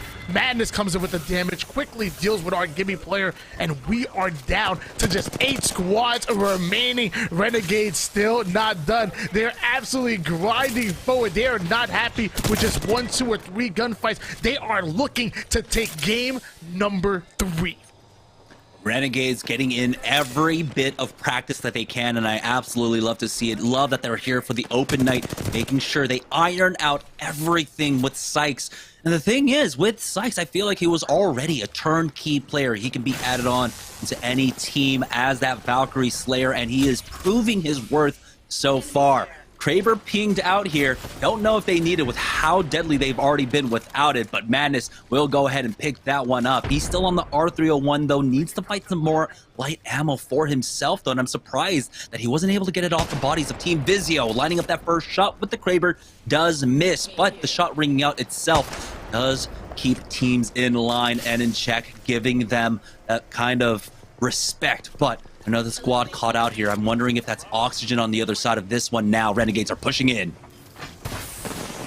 And so has a little bit of R301 down, and ammo to deal with, holds on to the high ground, drops in with the no-scope on the Kraber, ends up connected, but looks like Pow Pow's gonna go down here, and Sight's gonna lose all of his shields. Madness goes in for the gunfight, and now we're in trouble. It's only 2 players here, and there's a third-party situation coming in. Madness ends up going down. Intel are taking control. Sykes, though, is still up. They got the knock on to one. Gold bag res, allowing Team Intel to go for that quick reset. Will they be able to do so on the other side for Team Renegades, as All Glory Gaming now are pushing out, taking out Convoke Gaming here. We're down to 4 squads remaining. Team Intel not able to finish off the rest of Team Renegades, and so they might be able to come back into this one. 2 full squads remain at this point. Impulse taking a lot of damage. That Massive almost getting the knock there. One more connect might have just done it, but the bubble is forced out from AGG. They still have to deal with Excedrin below them here. Excedrin just slow playing this one, not even showing their hand. They've even got another rat just on the other side of them. You can see Psychic Snipes has been alive for that RBW squad the entire time. I'm gonna want to check that Mastiff. I couldn't tell if that was a Mastiff or a bow. That got some range on it, putting in the damage. And RBW down to just their final rat player. It's gonna be Psychic, Kim Chi Lee, and Cruisin, the only players here for Excedrin, as we are 4 squads remaining. And once again, that bow coming into play. Right now, All Glory Gaming looking very good, having a Crypto and a Gibby towards the final circle. I can only imagine the amount of damage they're gonna be able to rain down as far as that initial damage before ultimately collapsing with both of their ultimate abilities. It's the final round, though, and Jaguares did end up using his ultimate. He's not going to have enough time unless he finds an ultimate cell or 2 to try and get that one up. The big Wombo combo is not going to be here for them, unfortunately, but that EMP could still prove useful if the other Gibraltars in the lobby are able to toss that one down. Now, Pro going in towards that drone mode very shortly to start setting up that drone for his squad to maybe get that EMP out if he does have it. You can see that Team Intel holding different angles right now, making sure they're not getting flanked. Mooney checking the back. He hears Excedrin moving up as well. He needs to keep an eye on them very shortly. Go for that peek. Kim Chi Lee is right underneath him. How does he not hear it? How does Mooney not hear them underneath him at this point? He does spot him out. Ultimately, that's actually going to be Psychic going out now, backing up as they know that the push is going to come down. Here comes a defensive bombardment from 1. The bubble answered by Mooney here as they're getting full sent on by AGG. Actually, Psychic Snipes ends up running into them, getting taken out. 3 squads remaining. It's a 3v3v2. Excedrin currently as the 2-man now. Intel doing a lot of work, pushing forward onto the AGG squad. Mooney's going to go down to the ring. Cruisin picks up a kill onto the Pro, and now Team Intel are left in a 2v2. Kim Chi Lee pushing up, Fearless, holding the high ground now as Cruisin pushes out by himself, and now it's going to be Team Intel that get a much-needed win here in game number 3. Big win coming out of Intel right there. I was a little bit worried when Mooney actually had to rotate all the way through the storm in order to get that knock. He ended up going down, but it was a 2v2 scenario between them and Excedrin, and I was worried. I was like, well, maybe this is possible for Excedrin to come out on top, but eventually Intel are able to clutch it out, stealing a win, our last one here on World's Edge before we switch things over to Storm Point after halftime. That's right. So we are going to go ahead and take our halftime break. When we get back, we'll have Storm Point. So we'll be right back, guys. Don't go anywhere. We'll be right back after this break.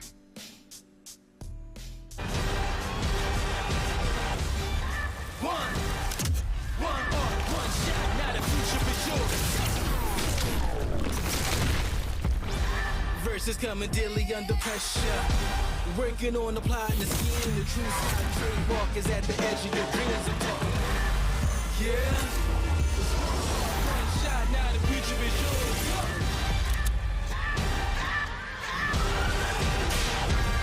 I'm turning dreams into reality. In the lab with the formula and chemistry. The memories spark and motivate and make the industry shake. With the balls and the breaks, I'm talking one chance that was so close for the goal. It's one shot, now the future is yours. Go! Excedrin. I'm fading! One bad headache can crash your entire game. Excedrin relieves headaches fast. Excedrin, game over for headaches.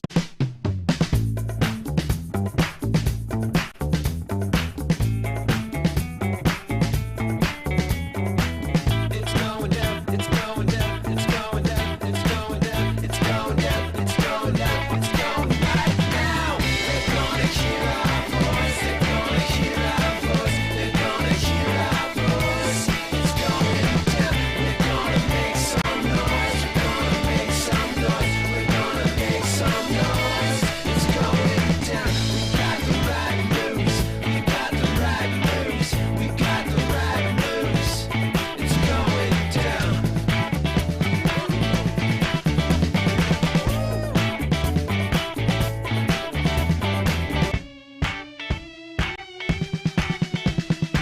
They're gonna hear our voice, they're gonna hear our voice, they're gonna hear our voice. It's going down, we're gonna make some noise, we're gonna make some noise, we're gonna make some noise. It's going down, we got the right moves, we got the right moves, we got the right moves. It's going down.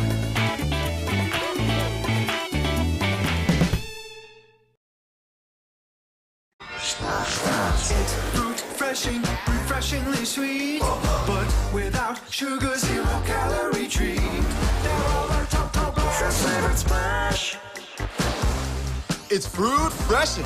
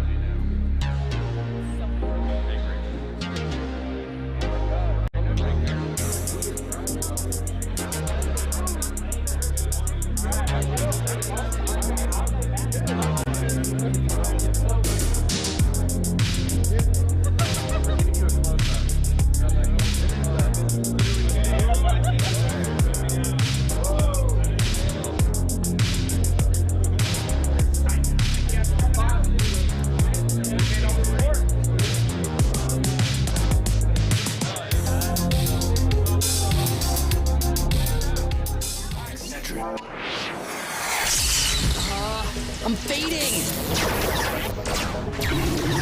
One bad headache can crash your entire game. Excedrin relieves headaches fast. Excedrin, game over for headaches.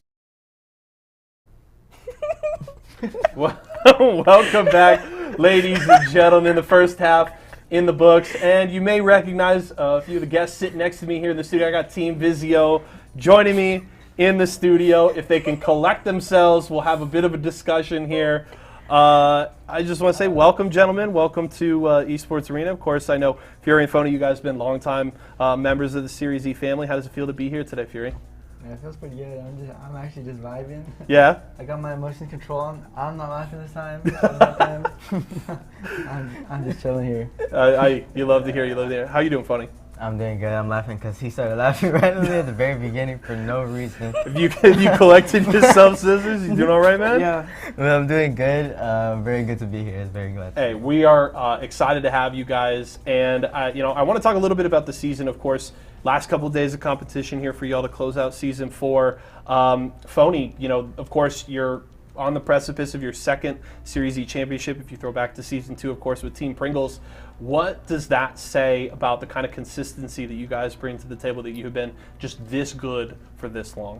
I think it's just like a standpoint to like many people to let them know like consistency in the game is key, and that like no matter like if you have rough times, there's always going to be that level like step down for many teams where they feel like they're not good enough or they're not like challenged enough to be able to be at the very top level.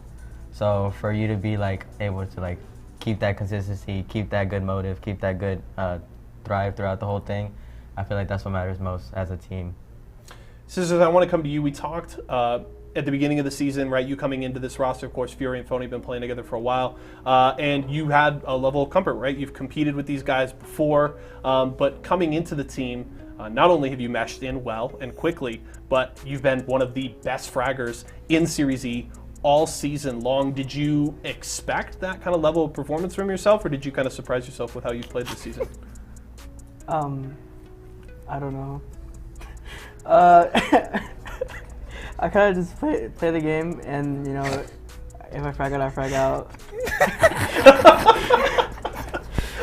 You guys are having a little too much fun today. Stop. He just died looking for a kill. He just died looking for a solo kill. That's why I'm laughing. Yeah, I kind of trolled last game, but yeah. That's so funny. Hey, you know what? It happens to the best of us. Fury, I want to come to you. As you guys, are looking forward to the future, what you're hoping to do next. I know, of course, the end of the ALGS regular season, bit of a disappointment for you guys. You guys had a really strong finish, but it was, just short of getting to go to Stockholm. What kind of goals and plans do you have for the future to take that next step? Because I know you guys are extremely competitive. You guys have, your sights set on these kind of big things in terms of the ALGS and elsewhere. So what kind of do you have on your mind for these next steps? Yeah, we just have to all focus on like the one real role we play. Like Phony just has to focus up on IGL. Like me and Scissors just have to like listen to the comms like heavily, and then we just all have to do our role like correctly, and then we'll be like really consistent, because there's sometimes where like we mess up a little bit, but I'm pretty sure like if we just get in the rhythm, just start getting everything down, we can be like really consistent. That's all we need. I want to know where you guys stand on the Kraber in competitive, because I've talked about it on the show a bunch of times this season. It's basically, if the lobby gives Fury the Kraber, you're griefing because you guys are just going to post up on high ground. Fury's going to pick everybody off. Does Kraber belong in competitive play? Where do you guys stand? No. No? I mean, no. I don't know. I feel like it's definitely too strong, but like sure. I feel like some of the guns are just too weak in the package. Okay. Like I don't know, Spitfire's in there. It's just another gun. It feels too strong for floor loop, but too weak for care package. I mean, that's how I feel. Yeah. I just feel like Volt's definitely solid. It's definitely good enough. And then I feel like Scout, everyone sees it and they're like, ew, there's a Scout in package. I mean, it's nice sometimes, but I mean, they had to nerf Verhul somehow, right? Yeah. They had to take the full off of floor loop. So, yeah. Look, I appreciate you guys coming out this week. I hope you enjoy the rest of your time here. We certainly appreciate getting to meet you guys. You guys get to see Esports Arena. So 3 more games ahead tonight. You guys already got one win in the books. We got another one in you guys. I mean, Scissors no more chasing solo kills, I guess. No promises. Come on. We got it. You got another. Okay, I think they got another one. Just give us 2 Cravers and then. There you go. There we go. It's solved. All right, guys. Team Vizio, again, guys, thanks so much for coming to hang out. Best of luck in the rest of your games tonight. We're going to hand it back to the casters, Jamerson and Why Not, getting ready to get into game number 4, so let's head over there.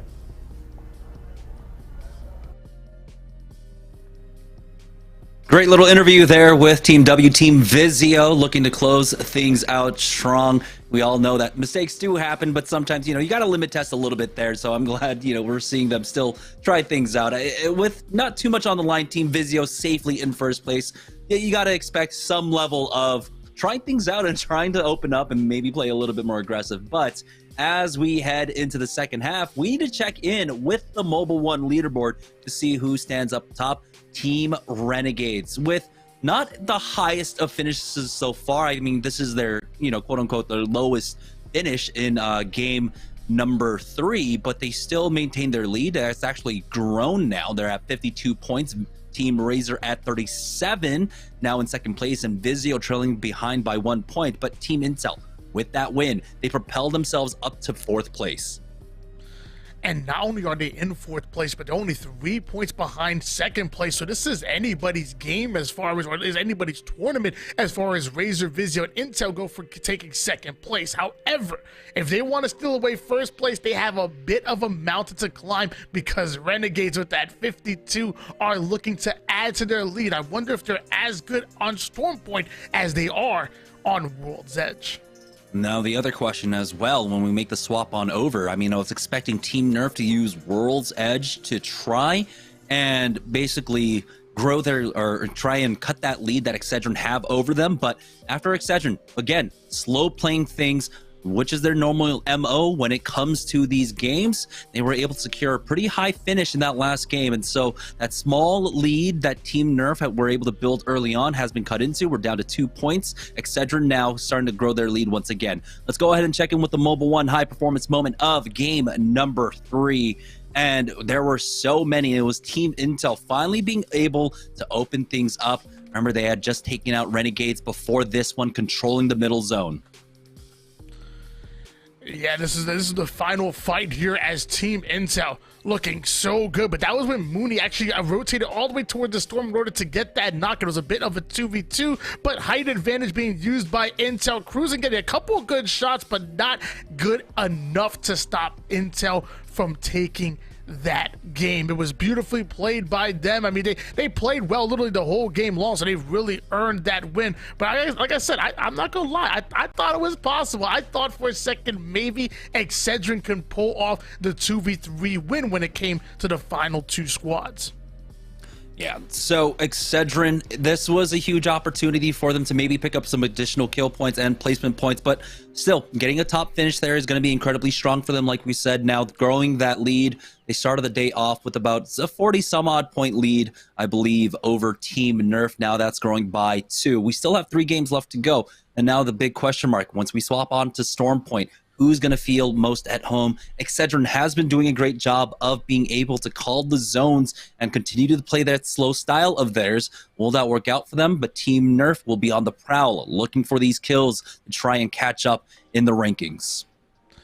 And to be honest with you, I think this really plays well towards Excedrin. The last time I was casting with Dia here a few weeks ago, Excedrin were really good on Stormpoint. They were able to pull out I think 1 win out of 3, but they never fell below the top 5. Meanwhile, when I think of Stormpoint, I think of a map that there's less third-party situation. You talked about how Nerf want to take advantage of those efficient third parties, and I feel like it's a little bit less that you're going to see on Stormpoint than compared to World's Edge. So when it comes to the 2 going at it, I'm really going to give the advantage to Excedrin because of how well they played in Stormpoint the last time I saw them. Yeah, we did see Nerf getting some great timings on their third parties when it came to Stormpoint as well, but it is going to be a lot more difficult. Team Intel found things difficult here on World's Edge just because of how disciplined a lot of our teams were playing. They weren't finding the same openings, but it's going to be the Wild West on Stormpoint, and so Team Intel are going to be rolling around, patrolling around. So Nerf are going to be keeping a close eye on the kill feed to make sure that they know who's who, where they are keeping track of them, because I believe, if anything, that's where Team Nerf are going to be able to strike for a third party up against them. But again, I think teams right now are just happy to get the experience here, especially on Stormpoint, as well as it's still a new recent addition. You know, teams are still getting used to that overall in terms of competitive play. Well, if it's the wild, wild west out in Stormpoint, I'm going to be a little bit worried, because you know, without their Renegades with that cowboy logo, I think they're going to be able to run house. And we don't have to wait much further here. It looks like we are dropping in right now here for game number 4. 20 squads dropping in, and it looks like we're going to start on board with the winners of game number 3 to start things off. What do you want to see with these teams going into Stormpoint? What are some of your keys to success?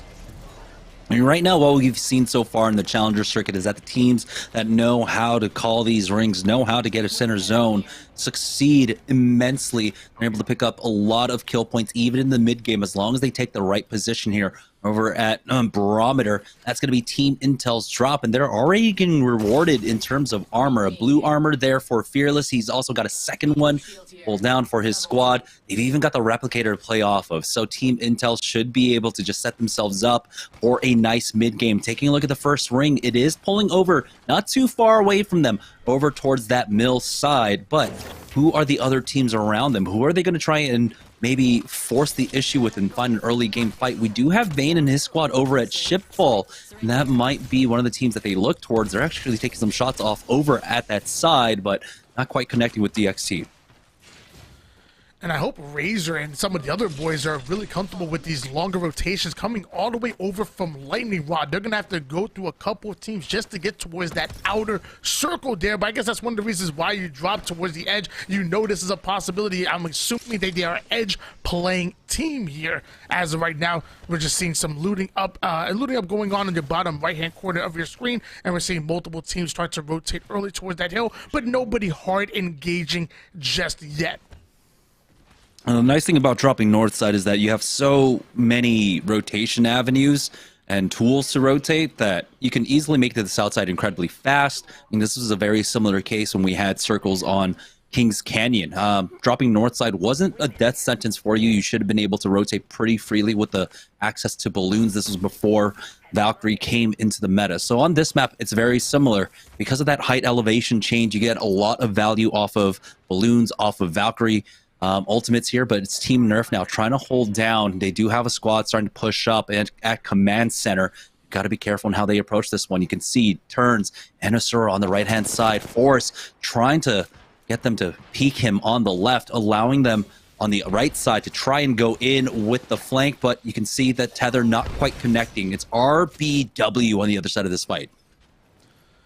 And this is a very important fight for Nerf. We've talked about before their battle with Excedrin. They're trying to guarantee their top 3 spot going into the next season. And it looks like they're able to take down one of RBW, putting them within a 3v2 situation. And now Nerf going to take advantage, quickly hopping into the enemy's team bubble. Going to go for the finish, but now knocking down the doors is Turns. Looking to have a turn on this one, but hold on. Is that a flank? Asura found the flank, somehow found the angle, takes down one. Gibby ends up going down. That's going to leave one by themselves, and that's gonna be it. Nerf quickly taking that gunfight. Where did Asura come from with that flank?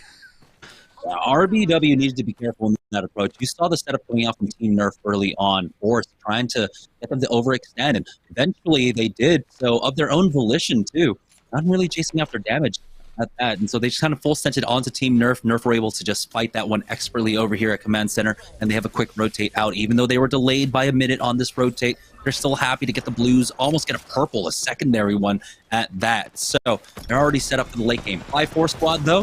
Looks like they do have a team underneath them now. The shot's not quite connecting. Finally with fall away. Ooh, Crummy will take out Dead Alice there. About to be dead in just a moment. He does have to be careful. Another person peeking him on the rooftop now. The wingman shots, again, not quite connecting, but all he needs is that heady, as Champ will finish them off. And that's going to be the 5-4 squad coming in with a +3.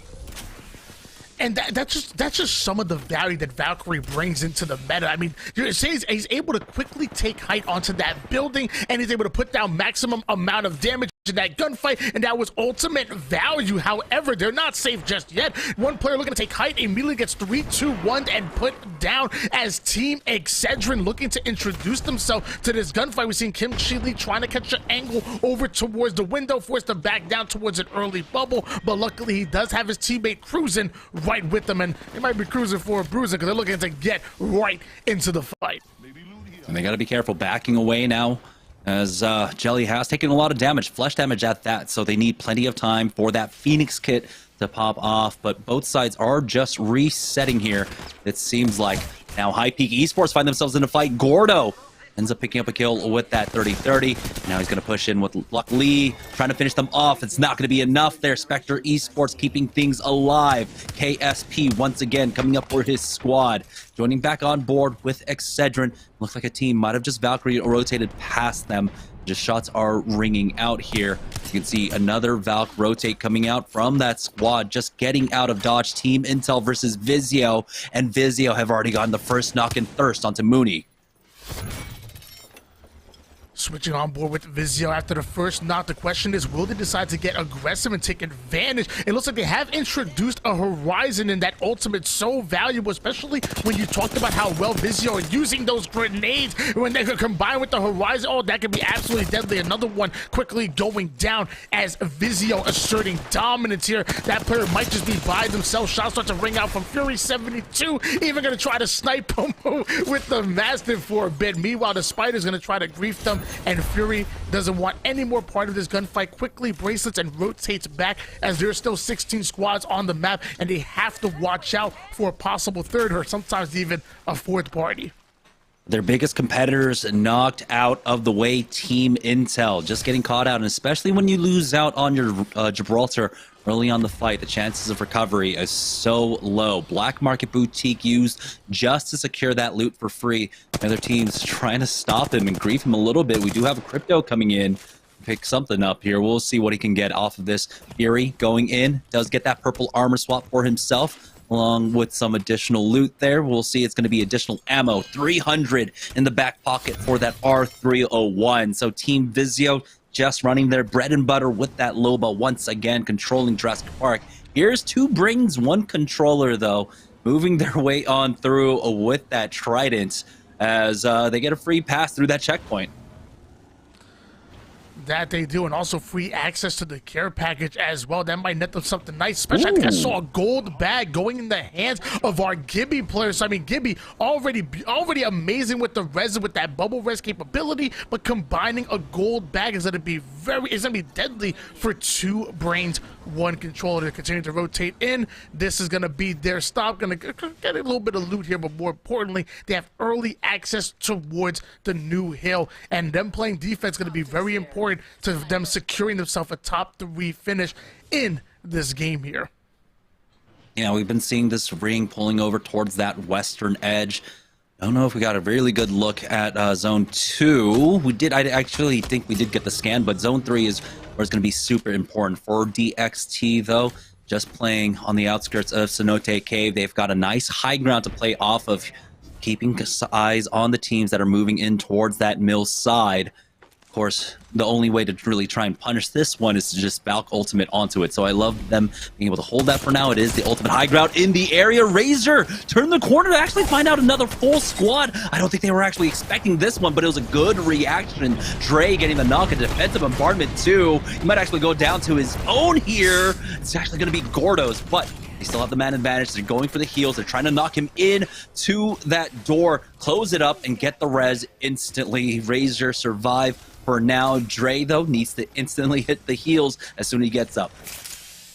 Yeah, and the bubble going to go down so he can do just that. Going to play a med kit right off the rip. And it looks like Mama just 31 damage away from going to purple, and he might be able to get that because there's a team literally right in front of him that's looking to continue this gunfight despite being in that round 2 storm here. So now Razor still defending green door. Going to try to throw a couple of nades to try to get some early damage in. Not going to connect. Love the window peek coming in from our Gibby player, but nobody home just yet. And that team say, you know what? I don't want to play with you anymore. We're going to get the Valk out of here. Yeah, they got the kills. They don't need to, grief themselves anymore by hanging out around Antenna. They can go ahead and take that northern side. Dre ultimately does get that kill onto Gordos. So nothing really lost there for them, and they're happy. I mean, you can't expect to really run into two squads when you're rotating around in the ring like that. Inside the mills, though, we do have squads starting to set up right now. Team Nerf, slow playing things. They're not trying to take advantage of squads making mistakes on the outside. They are playing for the full macro game here, kind of mirroring the playstyle of Excedrin. They do have a team to contend with, though, and they've already forced out some ultimates on the other side of this one. The bubble has been used as well, but Nerf not quite ready to push in across the way. The Arcstar is going to force turns down for now, but they've gotten some decent damage off themselves with their own throwables. We'll see if they can find more to try and find an entry here. Throughout all that, Excedrin have found a fight of their own. They are starting to pick things up. Yeah, hopefully Nerf are ready for this fight, because that door did get blown off, and that tells that team is ready to get aggressive on them. Looks like a server immediately taking the angle toward the door, popping it open. A 2v1 situation, absolutely ripping with the R99. Beautiful shots coming in, but the server going to go down to one shot almost immediately. Luckily, the bubble is there, so we can play that battery. At this point, it's a bit of a bubble fight. Nerf going up against Oxygen Esports, and we see another crypto coming in. This time going to come from Aiden. 182, my God. Oh my goodness, just basically 1v3ing Team Nerf here. Asura and Force gone, only one player left for Team Nerf, and you know he is just getting out of there. Oxygen are not going to allow him the opportunity to come back for these banners either, so now Nerf are on the back foot. They've secured at least placement points, but they need more than that to catch up with Excedrin, who have gotten a full team wipe so far in this game. Beautifully done. A masterclass being put into place here by Oxygen Esports. And like you said, I mean, there's no chance they're going to allow them to come back for the banners. I mean, you have a crypto. He's probably going to pop that crypto up in the sky and make sure they get that easy intel coming in. Meanwhile, DXT having the high ground. And normally, what I believe normally is on 100 Thieves, we have Vayne filling in for them. Correct me if I'm wrong on that, Jamerson. Yeah, they got the feeling. I mean, we had a lot of swaps when it comes to the rosters at this point. We've had plenty, the RNG Renegade squad making their swaps as well. It's just kind of postseason happenings at this point. So DXT, I love this squad. There's just so much experience on it with Stomps, with Wave, now here with Vayne as well. And now Dre, still alive for Team Razor, ended up picking up the last member of Spectre Esports, bringing us down to 12 full squads remaining. And I love the fact that DXC even brought the Triton all the way up there. So not only is it used for movement, it can also provide you a little bit of extra cover sitting on top of that mountain there. Meanwhile, Vizio, once again, they did add a horizon to their composition when it comes to playing on Stormpoint. We're going to see how that fares for them. Shots started to ring out from across the map, but not connecting just yet, as Phony trying to get that initial damage, but doesn't want to hard commit. There's no reason for them to do so. They already have a bit of KP here, and there's still plenty of teams on the map, but it looks like Klain wants to get into the action, taking down one shield, but not able to take down the Cryptos as well. It looks like Klain going to quickly go down himself. Yeah, Beast the Hunt pop now for minus tempo. He might be able to utilize this scan to try and find an opening, but Oxygen are not letting that happen at all. They're sticking together as a full 3. EMP being used, slow things down as well. I got the damage across. They're not finding the opening again to pick up that banner. He does have a little bit of time left on this Beast of the Hunt, but Oxygen are full 3 up there, so nothing happening as they get the full reset for themselves. So Oxygen holding down the mills once again. We get a better look at this ring too. It is continuing to pull towards that mill side, and Oxygen are fully set up for the late game. Yeah, I mean, they're very comfortable here. You're seeing they have a building more towards the edge of the circle. They have their crypto drone already up trying to get that intel. A couple ultimates here for Gibby and our crypto. They're sitting comfortable, as you said, and with 1 minute and 5 seconds left in round number 3, it's really Oxygen Esports game to lose at the moment. And it looks like on the kill feed, I believe Vizio is currently getting into a gunfight. I couldn't be intel. Maybe it might have been Razor that they're currently dealing with right now. Vizio patrolling on the eastern side. Remember, they got those early kills on to Team Intel.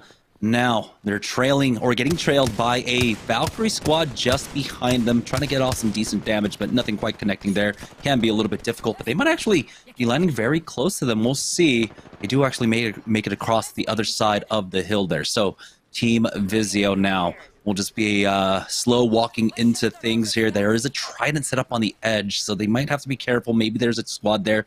Also, Oxygen keeping an eye on them with that drone. And I also saw on the kill feed that Renegade's losing a player as well. I believe it was Pow Pow that might have gone down to an Arc Star. So plenty of damage coming. Looks like we're jumping into that as well. It's actually Excedrin raining down some shots here. So once again, this circle just getting too small. There's too many players on the map, and they are forced to fight and cruising very comfortable there. The car shots absolutely shredding one player, going down immediately, and there's no chance for a revive coming in as he's gonna thirst that player. Still 11 squads on the map, so that player does have some teammates that are roaming around that might try to either commit towards the banner or spend it ratting out. And there we go. Charge rifle shots, absolutely annoying Excedrin from across the map. You know me, I love my charge rifle. And there's no shot they get this banner here as DXT on the south side. Already gotten one knock. That's going to be Peon with a gun on the ground here. DXT looking for more. Vayne sliding down. Just finish off his thirst as well. Also getting a knock onto T-Sin. All right, Twisted Sin now losing out on one more player here as DXT are just controlling from this high ground that we saw them maintain very early on. Rotates out. Gotta imagine that might be Vizio just on the edge of that circle, but they are currently being gate kept. We'll see if Stomps can put in some decent work with this triple take now. You can see Wave trying to find his opening there, might be able to climb up and maybe get a decent angle, but the Missile Swarm does slow down Stomps a bit, creating an opening for that squad. Oh! Excellent damage coming in from the triple take, absolutely gatekeeping that squad from going in, but also smart from Stomps to make sure he's always checking his backside. You have always had that situation possibly being third party, so you can't laser focus on just one or two targets. You have to make sure you have your head on a swivel and watching all angles. And my gosh, Fury catching the angle on one R301, getting max value. Beautiful shots coming in. That 3x providing that mid to long range engagement opportunity coming out of Fury.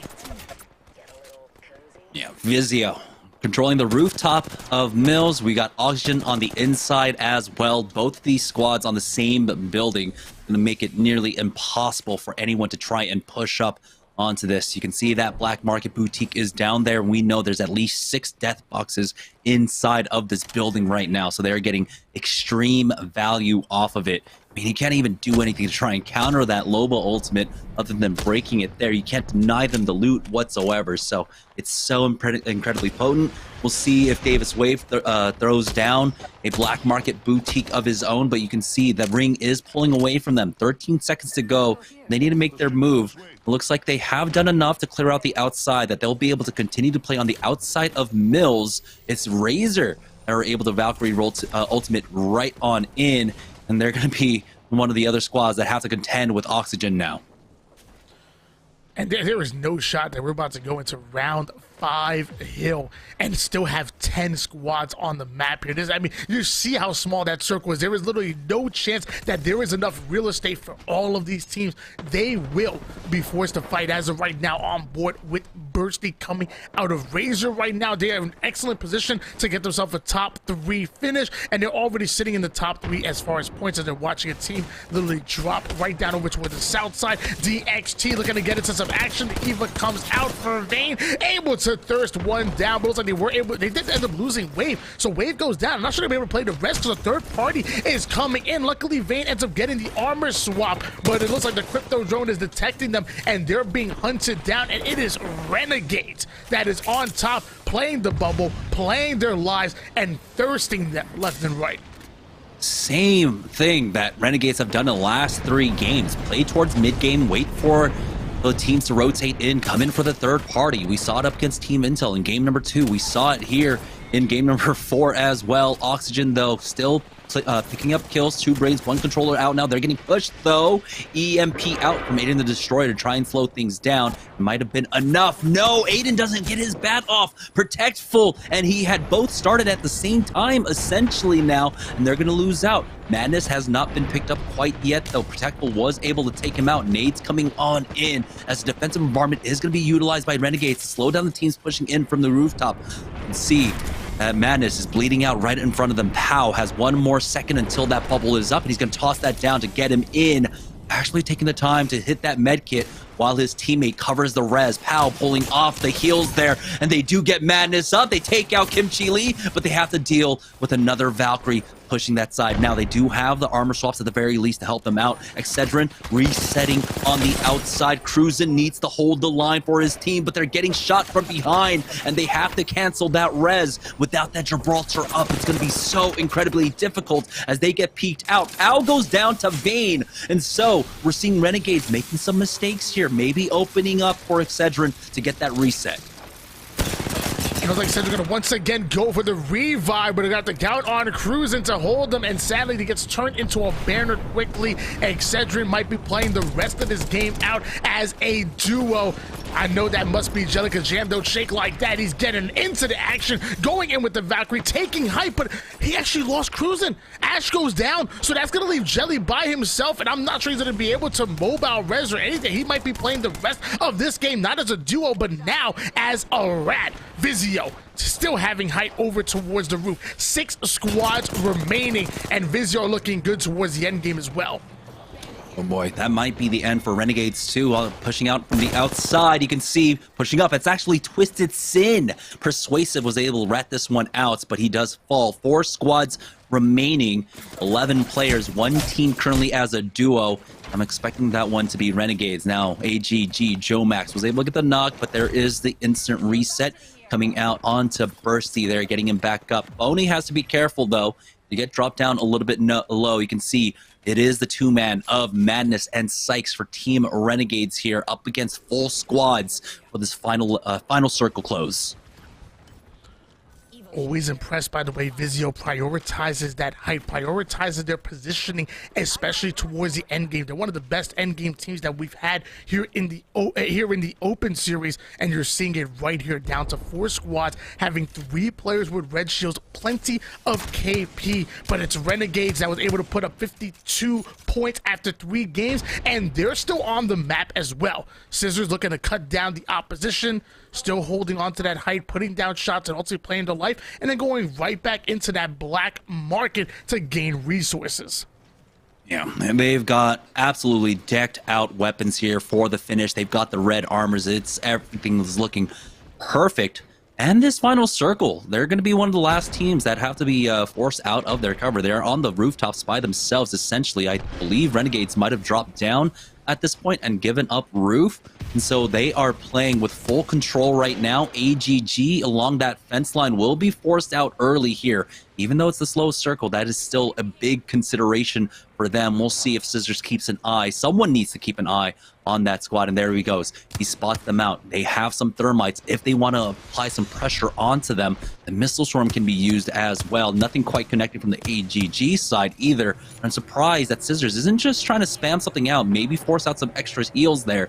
As you can see on the inside, Razor are picking their time to try and go out, but they're also going to have to deal with Madness inside, and so Renegades along with Razor about to fight. We do have a defensive bombardment going down. Vizio without a Gibraltar have to utilize that gravity lift to avoid the damage, and they are doing so expertly.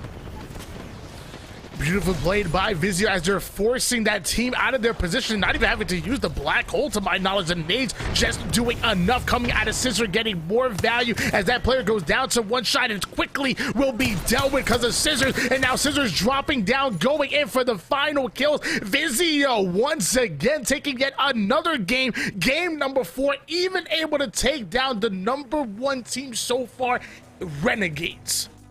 That's another victory coming in. That's a huge one for Team Vizio. Excellent control of the rooftops. But the thing is, remember, Renegades had a pretty sizable lead going into game number 4, and they had a top 2 finish there, even as a two-man, the duo of Madness along with Sykes. They were able to finish off Razor. So not only did they secure second place, they got an additional 3 kill points to finish that off. Absolutely insane play coming out from both Renegades and Vizio. That does mean, though, we're going to go ahead and take a short break. When we get back, we'll have game number 5 of Series E right after this.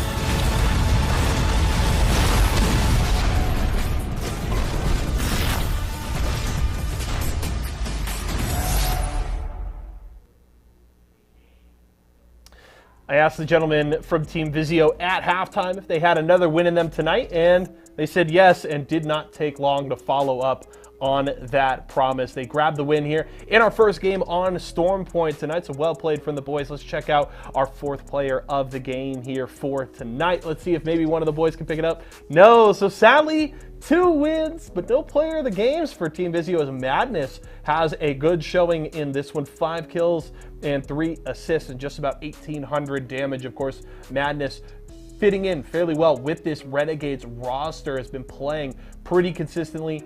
Pretty strong showing from Madness since he has joined the team here, and a big part of why Renegades was at the top of the Mobile 1 leaderboard at the end of the first half. Of course, with Vizio grabbing that win in Game 4, they'll certainly be threatening Renegade's spot at the top, but we'll have to see how things shake out. We do have a nice look, though, at our winning squad here in the building. Let's say hi again to the Vizio boys, as well as, oh, it's Tyler, CEO! Hey! Inside of the Intel production room, came to say hi. The boys are here. They got the W. They got 2 more chances left tonight to grab some more. We'll have to see what they can do. Of course, this is a squad. Remember, they won the first 4 open nights in a row, and I think they're looking to put a nice cap on the season here with another open night victory. We'll see what they can do with 2 games remaining. Right now, we're going to a break, but when we return, we'll see if Vizio can keep it rolling, so don't go far.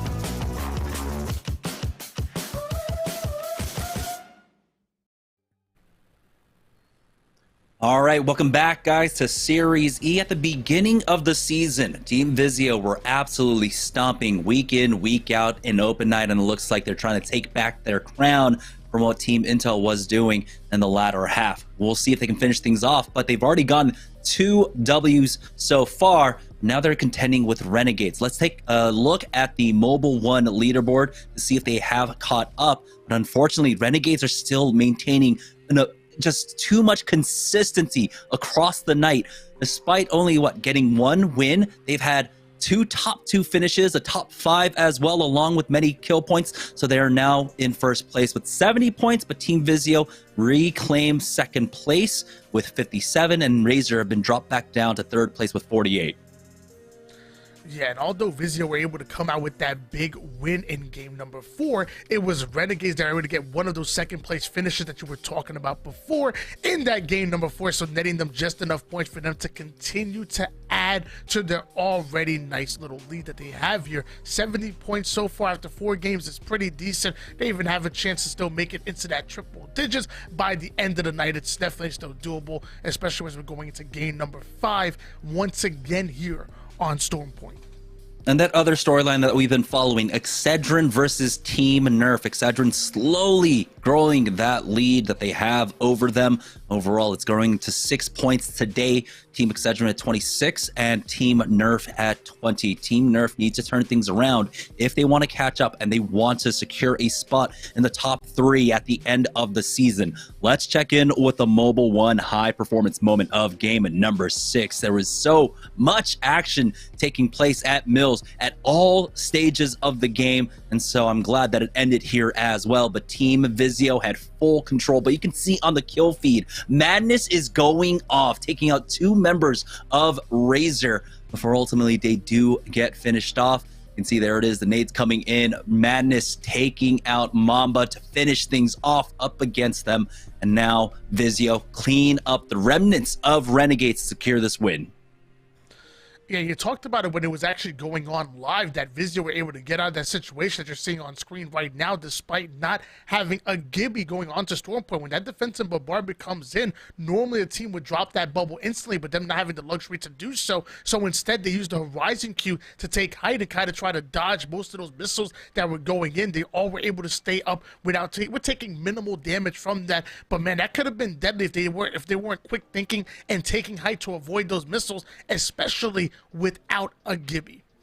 Yeah, but the thing is, they've been practicing this Gibraltar list composition since Storm Point has come out. This Watson does, the Horizon ends up providing that extra utility that they needed to avoid it. They don't need to really play around the bubbles with how well that they set up for the mid games. Usually they find themselves in a decent building where they don't have to use a Gibraltar ultimate, but that Horizon gets so much value when you're fighting around buildings as well. If a team's trying to make their way on in, you drop down that gravity lift right on the doorway, makes it impossible for teams to push in. It's on a very similar cooldown. I love how that's being utilized by them. So let's join on board with Vizio once again as we head into game 5 of the day. They've already gotten 2 wins. They've been able to play the late games well. Are they going to be able to get another win before the day is over? And traditionally in tournaments, especially when it involves professional players, game 5 is usually where you see a turning point with the tempo of the game. The game can definitely start to slow down, especially when it comes to those teams that are within striking distance of getting their hands on the top 3 finish, or even getting their hands on a little bit of cash money involved. You know, Vizio have to make sure that they keep their top 2 and maybe even steal away first place, because they still have a chance of doing so. If Renegades go down early, that will be great for them. And the same thing with Intel and some of the other boys as well that are looking to fight from above. So I wouldn't be surprised if we see this game start to slow down even more than it has here on the Storm Point, especially when it comes to those teams. You do have the ring pulling up towards Thunderwatch area along with Stormcatcher, so this one's going to be a little bit hard to call. Will it be favoring Thunderwatch, or will it be favoring Stormcatcher? There's also that town just to the east we see Razor at right now. 3 teams involved in that fight actually over there, so Razor have to be careful in how they approach this one. Let's go ahead and join on a board with them with that 50-50 taking place. Actually, it's just Mamba by himself actually getting out of there, stealing some loot away from Hallock Boys and that squad. And, you know, speaking of PvE that you guys can sign up for Esports Arena, I think Vizio's playing a little PvE themselves, shooting those spiders and getting themselves some loot here as we're on board now with Razor. Like you said, Mama taking some heavy damage here. With Excedrin, though, going down with Kimchi Lee, it looks like they're able to deal with one, and they're able to quickly get the res onto their Gibby player. You can't lose him. Down to 18 squads already, and we're still on board with Excedrin.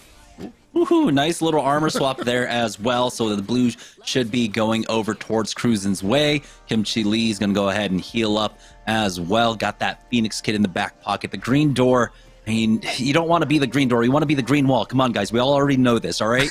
The door can be opened. The door can be broken down. Wall is definitely harder to deal with. You know what? I agree with you. I'm sure I want to be green wall myself. Yes, but sir.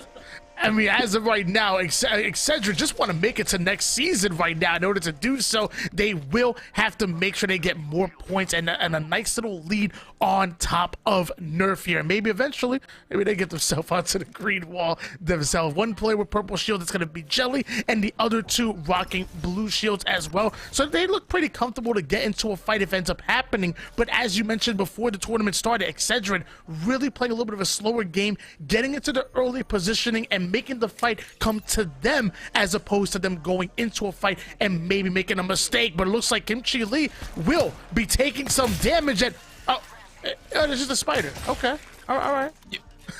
So it's free farming right now because he's so close towards that purple Evo. And I mean, at one point it did look like he just got tagged by like 4 or 5 spiders at once because he went from full shields to none. So that was very surprising. I thought he was in a fight too. Team Vizia, though, now making their move, meeting some resistance on their way up the hill, but they note that it is coming from downhill. They don't really have to worry about that. A black hole being used just to cut off that angle just in case. High Peak Esports down here at Fish Farms find themselves in a fight right now. Armors have been cracked across the board. One Ash by himself. That's going to be KSP getting thirsted off in just a moment here. Having some trouble with that knockdown shield. There we go. Getting that thirst, and we'll have the armor swap as well. But he needs to help out Proverb, who's tanking a lot of damage from that thermite. Volkmeister peeks out to get the knock onto Proverb, bringing this down to a 2v2. Nate starts coming out of Lee, and he has his R3 ready. It looks like he wants to drop the bubble immediately as they're looking to close the distance. Bubble fight comes in 44 on the first one, even able to hit some flesh. So with the counter bubbles coming in, and with Gibby on Gibby Crime, it looks like one is quickly going to go down. And High Peak Esports will be no more. Spectre coming out on top. Although they lost one, they live to see another fight, so they're quickly going to grab that banner, possibly go in for an early res, maybe even try to find a mobile, but at least they're able to stay alive. And now we're going to see what Rejects are up to here as we're down to 17 squads. Yeah, they're trying to push their way uphill, try to get into like Thunderwatch, those areas for that late game circle, but they are currently being kept by a different team, so they'll have to approach this a different way. It's going to be difficult because they are sitting on the white armor, so it's not like they can just walk up and tank some damage. Tanking some damage means your shields are gone with double whites here, as Razor ends up finding themselves in a fight right now. RBW down to just one player. RBW are knocked out. Razor coming up with some crucial kills here. Rejects, though, still trying to fight over this hill now, forced back because of that missile swarm, and that's what I'm talking about. Every little bit of damage means, well, your shields are gone with these white shields, so they cannot continue to play aggressive, and I love that they're falling back here. Yeah, and even the Pathfinder's absolutely running out. The Gibby bubble's going to come in. It looks like we're going right into our ultimate, but it looks like he was able to make it in. So instead, Humbled Angel is going to be forced to ultimate play that ultimate, try to zip on out of it, doing a little bit of a dancing on the zip to try to avoid damage. And so far, able to get out alive, even though taking even more from across the map. We're going to see if Rejects are able to stay alive, specifically Humbled Angel, who's being hunted down. Yeah, 2 Brains, 1 Controller are right on top of them right now. They've even got the Beast of the Hunt popping this entire time. The scan's going down. The Charge Rifle, he hasn't healed yet. But it looks like 2 Brains, 1 Controller might have considered that he had the opportunity to heal up a little bit, so they're not chasing too far. Unfortunate that the Charge Rifle got no connects, but there it is. Like we said, no heals for Humbled Angel, and so he does get tagged by that wingman, gets taken out, and eventually will get finished off minus tempo. That's an easy target to hit with the Charge Rifle. And it looks like they're actually electing not to actually thirst as they're not going to grind forward. They're going to quickly rotate out of this positioning. They're happy with that down, and ultimately they're going to keep grinding forward and get a better position over towards the late game. Meanwhile, Razor trying to fight from the low ground, also implementing a Horizon into their composition as well. So maybe take a little bit of a play out of Vizio's book here, but now Razor going to be forced to rotate as well because they're not comfortable with their gunfight either. Yeah, they're in the no-name compound to the east of Stormcatcher right now, and this is a possible ending for this zone. And we really need that round 2 scan to really figure out where this one is going to be pulling. Convoke Esports, they'll find themselves in a fight. They've already taken out Chrono, and they've been trading away here. We'll see if they can find more. Rego able to get a knock onto turn. That's going to be really bad for Team Nerf here. Seafly, though, does end up finishing off 2 Brains when controller. Nerf ends up recovering turns, and now they are on the retreat. Nerf quickly rotating out, turns and be forced to play that medkit immediately. Round 1, Hill was closing in. Not going to take too much damage from that, but they have a possibility of running into a team that's gatekeeping them at this position. Team can be at any corner.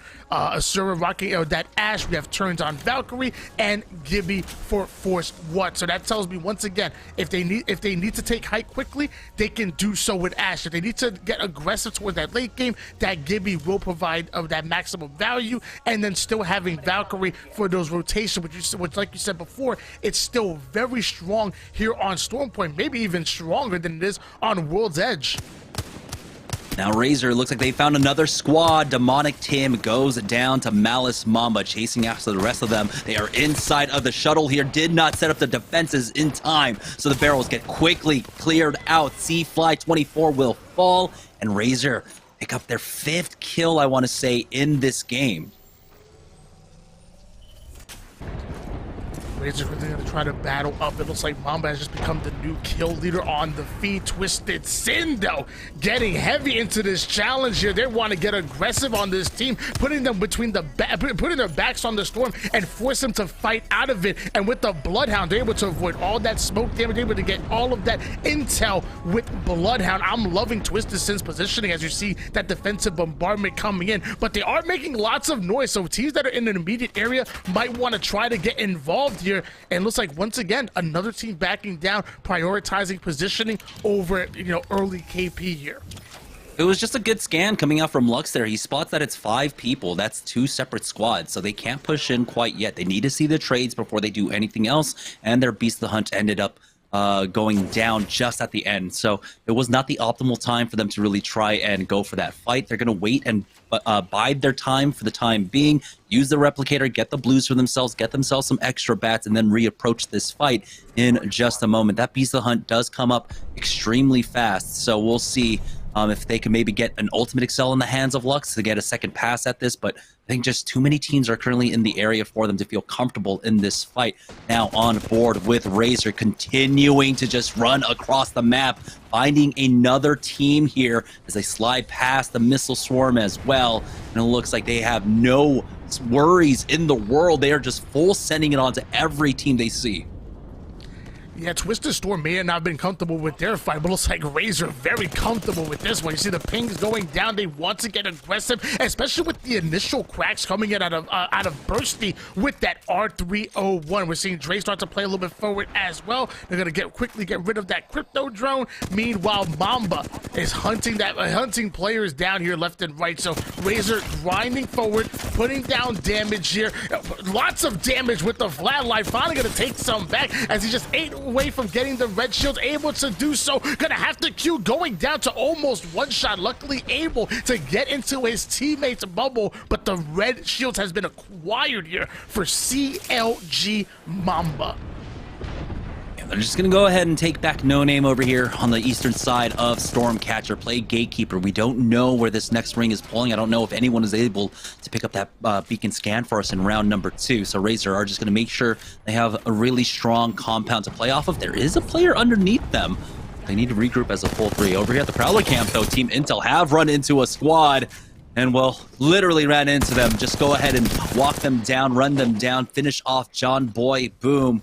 And try and see if they can find more here. Team Intel This is where I was expecting them to try and open things up, try to find a lot more kills. They didn't really quite open up in game number 4, but game number 5 is proving to be a little bit more fruitful. Razor in this fight, they have lost out on 1. They need to still recover their Gibraltar player, but this Valkyrie is giving them a moment of pause here, missing that PK shot, but he does connect with the next one, losing out on 1 more. Bursty left up against AGG, even getting tagged throughout all of this. The team's players are a little bit disconnected here, but Bursty is getting tagged by that low ground team the entire time. This is really unfortunate for them as the defensive bombardment does go down. Bursty doesn't even have a moment to go for that res. He has to get out of here, but he gets caught going for that Valkyrie ultimate as Spectre Esports were coming in for that third party now, coming in to clean up the rest of AGG. Gordo goes down. Joe Max fights back, taking out 2. Volkmeister now left, believe, in a 1v1. He's got to be careful as he's got Jaguars in his face. Jaguars will go ahead and finish them off. AGG now control this compound. Definitely beautifully played by AGG to come in and steal away a couple of kills there, but also stealing away that positioning. Beautifully played there. I love what I saw. Now, that Valkyrie play to try to go in for the ultimate, try to get out of there, that was risky business, and I thought he was going to be able to get it, but quickly hunts it down. And now I'm wondering if there might have been a different play for him to ultimately make to get out of that situation. Either way, we're into a new situation, and that's Intel almost getting aggressive, but quickly deciding to back down and catch a bit of a different angle. Meanwhile, on the kill feed, we were seeing Vizio get a kill with the charge rifle. I believe that was Phony getting one, so they're getting aggressive as well. Yeah, it was a good call from Team Intel. They used their tether, and then they realized that they were playing into a choke point there. They didn't want to try and do that without their bubble, and waiting around another 30 seconds for another go at that fight would have just been a bad call. So they're just going to rotate around them and utilize this trident. Just take minimal damage from the ring. It is just ring number 2, so it doesn't hurt too badly. They walk in, and they want to make sure that they are fighting ready as they walk up this hill. Good calls out from them. It does mean they'll have to use an extra syringe at some point, but you need to toss those around. So Team Intel's economy punished just a little bit there, but do have a squad, it looks like, inside of this shuttle. They're making a push. 5-4, though. They've got a team underneath them inside of this drop pod. Champ is taking a lot of damage. Crummy in by himself. Sykes takes him out. Renegades have been biding their time inside of this shuttle this whole time. They'll be able to secure that thirst onto Crummy. They'll turn things around in this 3v2. And not only was Renegades able to deal with one, but also getting themselves a Volt here for Sykes. And let me tell you, that Volt is absolutely deadly. And you're seeing the Havoc also come into play with that turbocharger, knocking one, going in after Gibby. And that's going to be a quick instant as another one goes down, courtesy of Renegades, bringing us down to 8. But Nerf is sitting there waiting. Nerf has an opportunity to get the jump onto Renegade here, but it looks like they're going to quickly back down. They only have 2 players with blue shields, 1 with purple, and they just saw what Renegades did to that one team. They don't want to be next, so again, Valk ultimate out of there. You don't want to go down here, taking some shots from the charge rifle, but able to get away with their lives. Again, Nerf trying to play that mid-game third-party style that they've been able to utilize in the last couple open weeks to catch up to Team Excedrin, but unfortunately the timing was not there. Renegades had too clean of a fight. No opportunity really, unless they got that 3-2-1. But Team Excedrin over here at No Name getting to a big fight with AGG. Will AGG knock out another one of our squads here? Joe Max and Pro still up. It's a 1v2, and Excedrin are knocked out. If you're Team Nerf, you love to see it, as now it's their opportunity to try and pick up some more points. Remember, they are at a 6-point deficit across the day. And so now they can catch up. Team Intel stuck here on the low ground. The team now forcing the issue, pushing down below them as Fearless is going to go ahead and push through that nade and gets almost the 1 clip. And with the help of this squad, might be able to take out this Valkyrie. There it is, Vayne going down. They've got the 3v2. Charge Rifle still tagging them from above, but it doesn't matter. They're doing a great job of playing around these shields. DXT now just down to Davis Wave, who's trying to make his way on out. But Team Intel secure a path up this hill. Yeah, Team Intel able to be so efficient within that gunfight, despite getting griefed by Phony here with the charge rifle from across the map, who was just farming damage left and right, able to upgrade towards the red shield. So I wouldn't be surprised if Phony swaps out shields towards one of his teammates and continues to farm yet another purple shield right there. Beautifully done by Vizio, who are still holding on to their position, down to 6 squads with 47 seconds remaining here in round number 4. Yeah, this is an awkward Thunderwatch zone as there isn't that much playable. You can see so much of the mountain is in for zone number 5. There is cover across the battlefield, but luckily for Team Vizio, they're doing a great job of keeping this western edge in check. No team is able to push up onto them, and so they'll have a lot of that cover on the west to their own. They are keeping an eye on their south as well, but Team Intel having another go at trying to push up onto Vizio right now. If they've got some nades, they need to expend it here to try and force them down. 10 seconds to go before the zone starts closing in. Yeah, Intel must feel like they need this position here. I mean, to have to try to fight this uphill battle against Vizio must be so tough. Vizio just sitting back, utilizing that wingman. I don't know how Intel are going to be able to find the opening that they need, especially against a team as experienced and as well put together as Vizio is. And in case things get dicey, they still have that Horizon ultimate. They still have tons of nades that they can launch in. I'm not liking this fight for Intel whatsoever, to be honest with you. And they're basically committed. The zone is closing in now. 20 seconds to go. Zone at their back, and this zone definitely chunks and hurts. And the nades are still being conserved by Vizio. They're waiting until it applies the maximum amount of pressure. Scissors is in now on the front lines. Missile swarm out. Doesn't quite get a connect, but it's still applying pressure onto him. He actually spotted one on his right. Didn't see him until it was a little bit too late here as the tether comes down from Fearless. Doesn't connect onto Scissors, but it does give away the position. Fearless is the first one to go down. Team Vizio doing an excellent job utilizing that gravity lift to get a little bit extra purchase on that black hole to send it on in. The bubble is out here, coming out from Team Intel, and instantly it's getting pushed, forced to back off of that res. Mooney does get a knock onto Phony at the very least, but so much damage has been done. There's the knock onto Mooney, and Team Intel are knocked out. Vizio doing a great job of controlling the western edge of this zone. They'll have a free walk in. We're now down to 5 squads remaining. 13 players left, so might be one rat running around here. The patience out of Vizio to wait for that storm to be closing in, then the pressure that they were able to put once that storm was starting to close in. Eventually they go down 1, but they already had the knock and did enough damage for them to quickly finish off that fight. Meanwhile, Glory Gaming taking height against Nerf, and then as that bubble's going down, we do see a beautifully and well-timed Q out of Valkyrie, stunning all 3 players as they're looking to collapse, but looks like they end up losing the crypto player. Gibby's gonna be the final player alive. He's able to deal with a few, but shots coming from across the map. Beautifully played by all Glory Gaming. The question is, will he be able to come out with the res on his teammates? AGG, Vizio, and Renegades here in the final circle. Jaguar is up as that Gibraltar will allow them to use that bubble res if they need to, if Vizio applies the pressure. You can see that Black Market Boutique being used by Vizio now. They've got an Ultimate Excel in the hands as well to utilize, so another black hole should be coming in for Phony fairly shortly here. Renegades starting to peek their head out.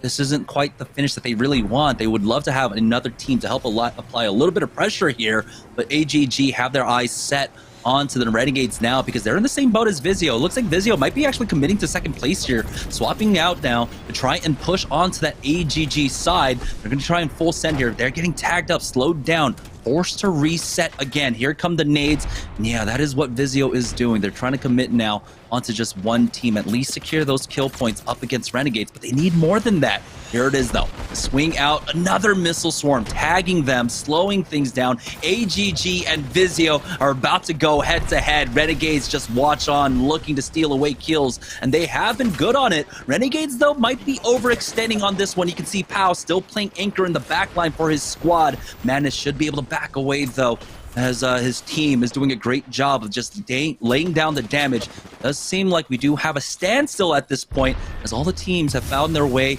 into a decent covered spot, but the damage coming out from Jaguar is right now. Yeah, Vizio were looking to commit onto All Glory Gaming, but Renegades getting involved and really slowing down Vizio. Now it almost seems like a 6v3 as All Glory Gaming and Renegades having their sights on the out-of-position Vizio, who are still bringing out shots, but they're not in the position that they want to be in, I would imagine, especially in between the sight lines of All Glory Gaming and Renegades, both of them focusing on them. I wonder why they're choosing to focus out Vizio, Jamerson. Well, it's easy. You know where the horizon is. And so they're keeping track of the horizon. They know if that horizon is here, that means that's Vizio. That's our biggest competitor. They're currently in second place. There's the black hole being used early on by Vizio, but it's instantly cleared, and the bubble has gone down as well. AGG, even though they've used the bubble, they'll have plenty of time here to try and get one back, but Vizio are trying to beat them on the timings now, full sending it on to AGG. They do not lose out on anyone quite yet, and Vizio get knocked down. AGG will have some armor swaps, but they did take a lot of flesh damage there. There's the first knock, and the second as Renegades will go ahead and secure a second win for them as well, going toe-to-toe with Team Vizio.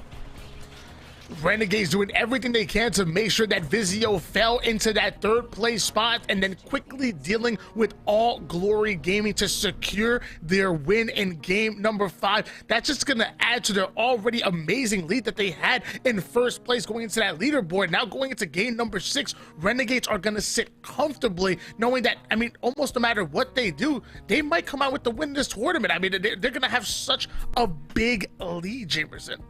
That's right. And so I am looking forward to checking in with the Mobile One leaderboard right after this break, though. And so don't go anywhere, guys. We have one more game here at Series E, and it'll be taking place right after this break.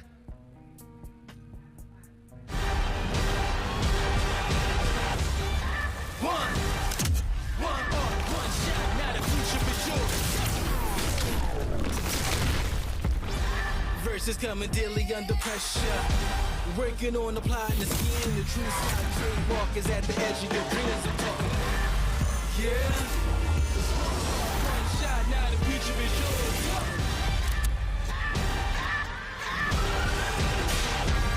I'm turning dreams into reality. In the lab with the formula and chemistry. Your memories spark and motivate and make the industry shake. Put the bars in the brakes. I'm talking one chance that was so close for the code. It's one shot, now the future is yours. Go!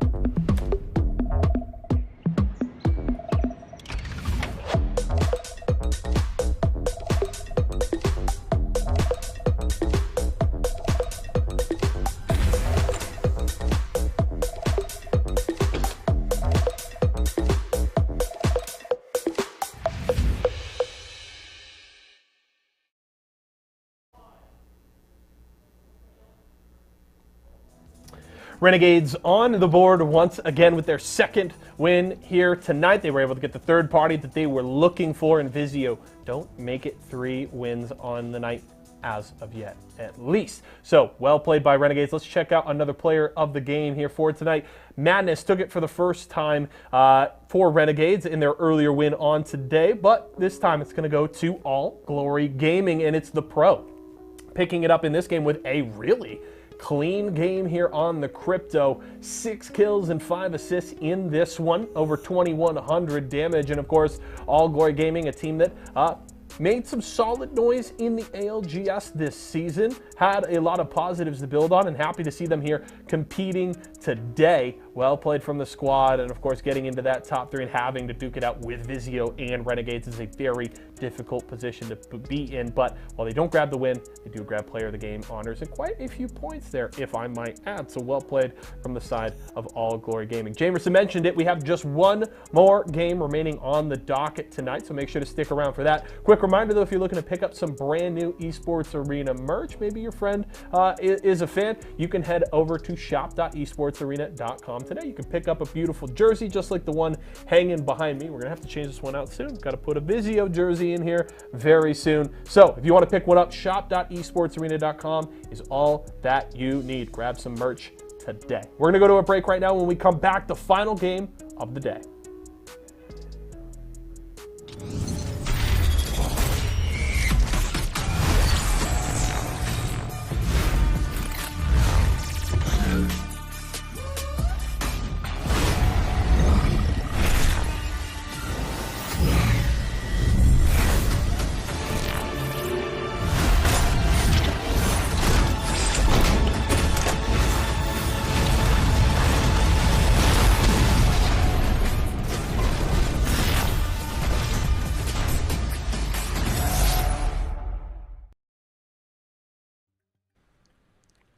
All right, after game number 5, Renegades and Vizio are both at 2 apiece, but Renegades have maintained some amazing consistency across the day. Their lowest finish today has, I believe, been like 5th place and a number of 2nd places. So they are clear ahead in the leaderboard. Let's check in with the Mobile One leaderboard to see by how much.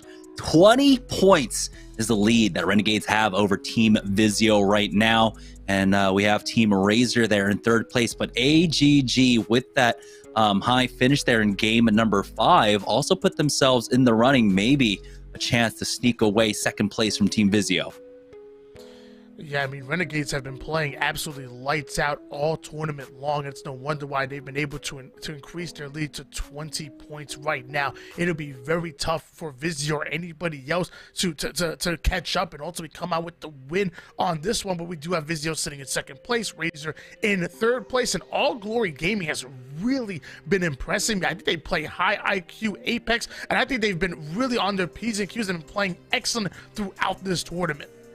All right, let's check in with the Mobile One high performance moment of game number 5. And, you know, AGG, they get this fight forced onto them, but they did a great job of just slapping this one down. You see that black hole coming in from the horizon, and Vizio tried to take advantage of it, but AGG instantly clear it, and they turn around for this fight.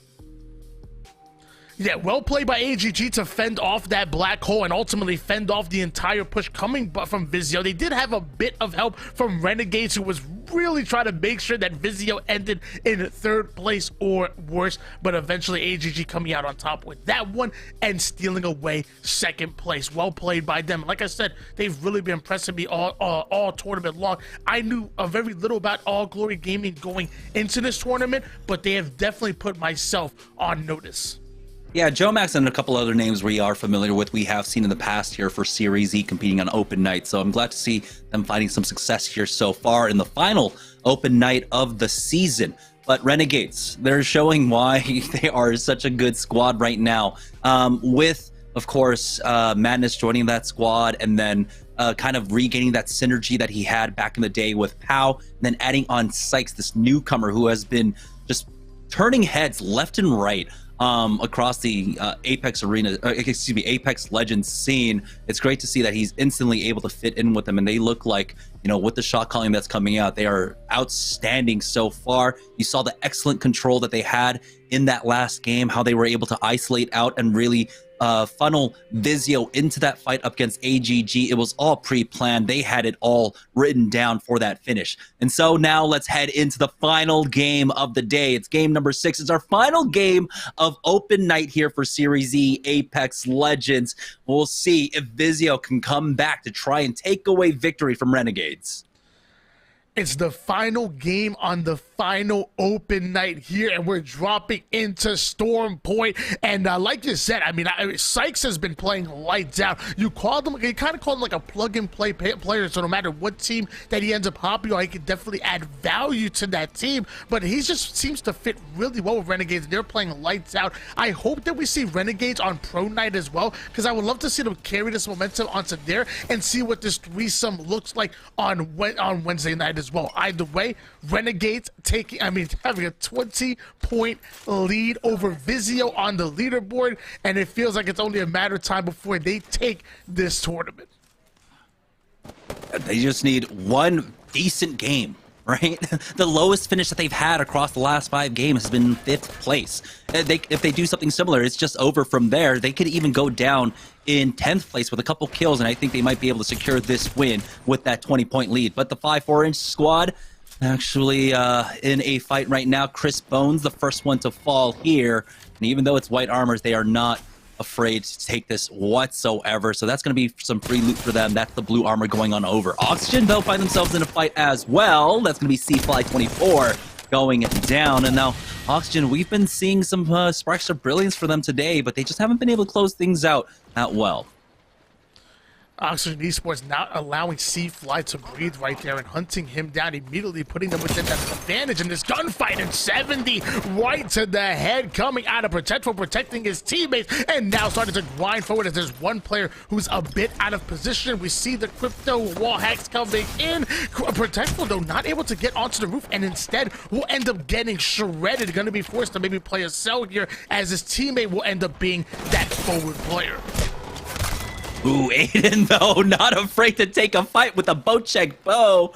Oh my goodness, that was some audacity coming out from him, but he has been slaying out for the Oxygen squad tonight. He has been putting in some massive work for them, as now we join on board with Team Razor. Don't know if we got to take a look at the ring, but it does seem like this one is going to be pulling down the south side. I'm trying to remember, our first ring was over at the Mills side, our second one ending up over there at Thunderwatch. This time around, it's going over towards Stormcatcher. There's a lot of open ground there underneath Stormcatcher that this ring can pull to. We do see a lot of teams having to take some long rotations, including Excedrin, who, like you kind of mentioned multiple times in this tournament, it's really the battle between Excedrin and Nerf that we have to watch out for. But there's a battle on screen here, and Razor already going down one, and that player actually going to be thirsted out. So Horizon going down, that's going to leave Bursty by himself. Going to immediately try to take height to reset the situation, but it looks like he's currently in a 1v2. Twisted Sin now thirsting yet another one. It looks like Lux is down to one shot, still actually applying pressure with the R301. Armor swap does come in, and Twisted Sin need to take advantage of the 2v1 situation. He spotted him in the window as well, and he instantly goes to cover that door. The scan out, proving valuable here for Lux as he wants to give chase to the last member. Missing out on that first PK shot, and he gets taken out. Bursty with a nice heady there to take him out. And that's the unfortunate thing about running that blue armor with only 1 HP. You are one shot to a wingman, bringing this one down to a 1v1. Bursty looking to just at least secure this thirst. The bubble comes out. The fast res might actually come in, and it might come down to another 2v1 situation here, as Bursty did not actually have his gun out for that. He might have been able to burst down that Gibraltar in time. Another armor swap, or maybe a battle or cell got off for that Bloodhound. Bursty's going to go ahead and secure that banner of Dre at least. Can he secure Mambas and get out of here? There is a beacon right here that he can try and plug him into. 20 seconds left to get Mamba back up. Burst are doing a great job of isolating that 1v1 scenario despite being in a 1v2, but now both players are playing in sync at Bursty, immediately taking height. That's one thing to be very dangerous for them to try to battle Valkyrie while he's taking height, but it looks like Valkyrie gonna let's actually rotate out because it's out of time for him to grab his teammate's banner, so it looks like he's decided to rotate out. Meanwhile, we have Gibby trying to get a couple shots in, able to get the crack all the way towards the sky. Can he get the down? Ooh, it looks like he will be able to get out. So unfortunately for him, I believe that last banner did time out and he will not be able to get Mamba back into the game. So Razor are going to be forced to just duo this one for the rest, as Twisted Sin do get the plug-in onto Persuasive. So ultimately they do win out in this fight. And now Razor leaving themselves pretty bad spot here, and it was really unfortunate. But here's Team Intel trying to push up. Tether has gone down as James Fearless was getting hunted down, but it looks like not much is really going to amount here, as Intel are just going to go ahead and back away. Yeah, and back to that earlier fight with Twisted Sin, you know, I was actually wondering why that Bloodhound actually decided to take that 1v1 between Valkyrie, especially when Valkyrie already had that height advantage. His teammate in the Gibby was actually all the way down low, looked like he was actually still healing up. I would definitely want to see Twisted Sin, maybe if they're going to try to put pressure onto an enemy team, especially in a 2v1, do it together like they did in that second fight that it ultimately forced Bursty to ultimate out of there. When they were playing in sync and pushing together, that's when they were at their most dangerous. Speaking of being at their most dangerous, Champ putting down damage both with the Thermite and the Rampage, forced him back down as he runs into a bit of fire, but his teammates gonna come in for the cleanup. We have a new kill leader, and it's our Champ from 5'4" squad. And I bet if you stack up those boxes, they're more like 7 foot if they stand on top of them. What I don't understand is like the kind of, you know, issue that they have with doors. I mean, you know, 5'4", you don't really have to worry about doors your entire life. There's no issue. I mean, if you're like 6 foot, you know, you always have to kind of like peek your head down just a little bit. You just got that kind of instinct to like lower your head when you're walking through doors. But 5'4", you shouldn't have a problem with the green door. But this is 2 games in a row, I believe, when they end up taking him out now. Team Nerf, though, getting an early position here at Stormcatcher. I don't know if they have the ring information. It's hard to tell on the minimap there on the HUD, but setting up early here for Stormcatcher. I believe the ring is pulling down here, so they're set up early to try and finish things off. Remember, this is the squad that's trying to contend with Excedrin for that last spot, for that 3rd spot to secure a spot into Season 5 of Series E. Yeah, lots of implications in this game right here, especially when it involves Excedrin and Nerf. You're not only the money on the line, not only bragging rights, but they're looking to secure their spot into next season as opposed to playing through a qualifier, which notoriously had to be done before every season. Meanwhile, Excedrin actually playing over into the Storm right now, continuing to loot up, maybe replicating a bit before they decide to rotate it early. I do see Intel starting to push in as well, and then Twisted Sin coming in from the north side over towards Command Center. So teams quickly starting to make their way in. We still have 15 squads remaining and plenty of action ahead of us. See, Vizio have already set up in the middle of the zone as well, with Nerf to their north right now. Renegades also inside the zone, trying to gatekeep the remnants of Team Razor on the northeast side. So they were able to plug him in and get their second at least back into this. Oxygen still playing off of the antenna, looking for more fights on the edges, it seems. Slow playing this round, as they do have that beacon to play off of at the very least. And I've actually been very surprised with the amount of bow action that we've been seeing so far. I believe we saw someone on Excedrin running the bow for quite a bit, and now we're seeing Protectful start to put it to action as well, and getting some value in it. It's starting to hit 76 arrows, so he has plenty of work to do with it. Oxygen Esports looking to try to get some kind of opening. They still have a long rotation and a team ahead of them. 2 minutes and 14 seconds before we move to round number 3, so they have time to make a decision from here. They have plenty of tools to utilize as well, a lot of ways to get around, but for Team Razor, losing out on their Horizon, it's going to be incredibly difficult, as that tool, we know how strong the utility comes out from her. It's 2 brains, 1 controller, gatekeeping Razor right now. Klain on the front lines here. Missile Storm does force him back at the very least, but he just repositions on the top of this shuttle to keep an eye on them. So Team Razor being in a really tough spot here. They got the ring to their back. They're playing as a two-man. This is such a difficult position to play out of. They've got scans on top of that as well. So minus tempo, I have to imagine, was already able to spot out that it was a two-man. Team Intel, though, on the lurk here on the northwest side. Who is this team? Have they spotted out Fearless? Here comes a nade, as now Team Intel looking for their next victims. And once they get that initial damage, I wouldn't be surprised if Ash decides to ultimate in there to try to get that KP. They look very committed to this gunfight, even being in that storm to try to catch some angles on the opposing team that are currently gatekeeping out of here. And as you see that team decided to rotate all the way out, it looks like they're going to catch a bit of a different angle, so that's going to leave Intel maybe looking for a new target to hunt down. And they do have plenty of time. 44 seconds to work with. They've got that Valkyrie rotate if they want to move in, but it's also just going to be zone number 2. And I have to imagine they have plenty of economy behind this to deal with it. Decent tags off. There we go. The 41 from Fearless. Now applying pressure. Are they going to try and full send it onto them? They did use the bubble, though, so they might just rotate past instead. Not having the bubble on the landing is pretty detrimental, especially if you're trying to full send it onto a squad. So yeah, they are just rotating away from this one, because the fight took way too long.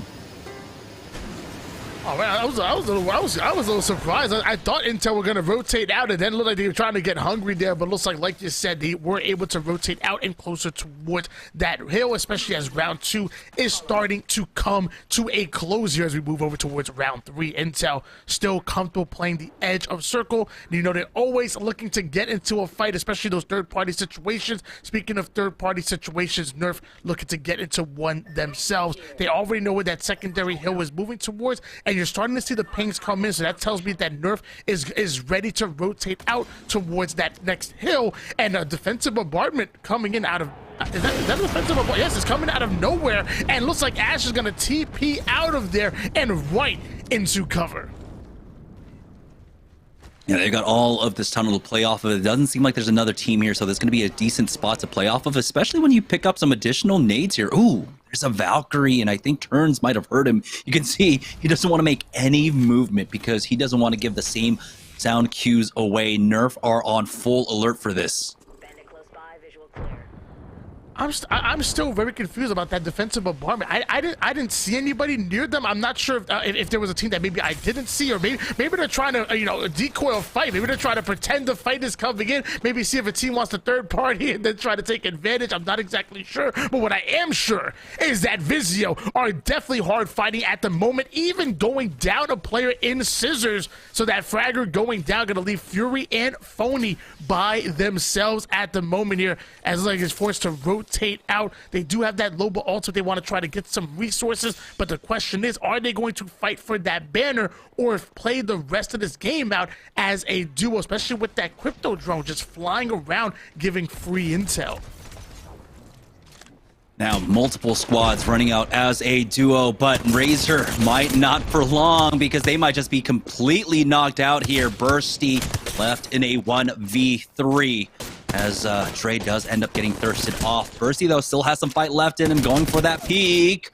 Might be able to secure one knock at the very least. And no, it's actually a 1v1. Chrono pushing up now as that Gibraltar, trying to get into his face. Ooh. And it was extremely close there. Chrono almost made a mistake, but 2 brains, 1 controller, stay alive. Yes, teammate literally giving up his life right there to try to put as much damage down, and then Chrono coming in for the finish, able to get both of his players up. So a reset coming in out of 2 brains, 1 controller, and Intel spotting 1 and getting beautiful damage in. That's gonna be it for team DXT, I believe it was, as Intel not only dealing 1 but quickly changing targets towards another one who like are trying to third party the situation, but Intel dealt with that fight just a bit too quickly. Ooh, Excedrin picking up a couple kills there, or at least 1 onto Kupski. Oxygen slowly getting picked apart as now Team Intel find themselves just outside of the zone over here at Stormcatcher. The ring pulling away, going over towards that eastern side. Might be going towards that towards that no-name position just to the east, as Spectre Esports ends up finding a fight of their own. They've already gotten 2. That's going to be the Rejects getting knocked down, bringing us down now to 11 players remaining. And they need to make this fight quick. They've got 24 seconds. Luckily for them, they are on the slower side of the zone, so they have a little bit more to work with, maybe a full minute for this rotate. And just enough time for them to cheek out a few shots. R301 with the 3x, really good from mid and long range, but he's quickly taking some damage, actually losing all of his shields. Is Volkmeister, our Bloodhound player, coming out of Spectre Esports. Now they got to try to avoid all this damage, and they're looking to rotate into better positioning. Bloodhound actually electing to drop all the way down that hill to try not to catch any angles towards that enemy team, and now they're starting to grind forward here. So all 3 players having purple shields, looking very comfortable. In fact, Volkmeister 500 damage away from moving forward towards that red shield, and Intel looking to upgrade some shields as well, as they're always looking to get into a fight. This is one of the better games that Team Intel have had so far, other than the early one on on World's Edge. They're about to creep up onto a full 3-man, though, as Cruisin got the first knock onto Volkmeister in that fight. For AGG, though, our second place squad, boy, they are getting griefed right now by these spiders. You saw there's a moment of pause for them there, as he does get the bat off in time. Though, it looks like 5-4 do come in for the finish off onto Team Excedrin. I'd like to check in. I can't quite remember if Nerf are still alive in this one. That's going to be incredibly important going into the final game of play tomorrow. Yeah, 5-foot squad. They were sitting in 12th place, so they definitely want to play a little bit more aggressive. They want to add as many kill points as possible, because placement points just simply are not going to be enough. And Intel trying to break through the door, but Nate started to go in, trying to avoid damage, as Intel are just looking for an opening to try to collapse on this team that's within the building. Lots of noise being made. Usually Intel likes to deal with their fights a lot quicker than this, but they're forced to try to find any kind of opening, and finally finding one through the window. Beautifully played by Fearless, and he clearly is just that.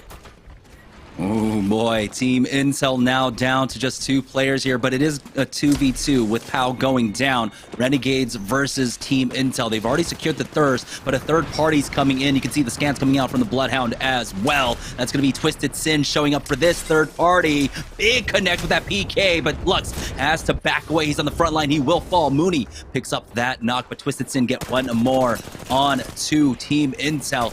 There's left with just 1 player remaining. Madness getting thirsted off there from Renegades too. And we'll see if Renegades can maybe come back in, secure these banners, maybe get the plug-in just before the ring starts closing. And you can see 2 respawn beacons are still up now, as it looks like Team Intel about to get knocked out. Switching gears over towards a Nerf Wars, yet in another engagement, the Spitfire coming in out of turns and absolutely ripping apart that Gibby's shields. And now you're seeing quickly Nade left as he tries to angle out the right side while playing a battery, and ends up getting some damage in with that frag, so you know he's giving off that information towards his teammates. Looks like his teammates are going to elect to actually drop a defensive bombardment. As that bubble starts to go away, that bombardment might still be alive and get a bit of damage, and enough of a decoy for Nerf to actually Valk out of this situation and try to find himself a new positioning. But round 4 hills closing in. There's not many positions left.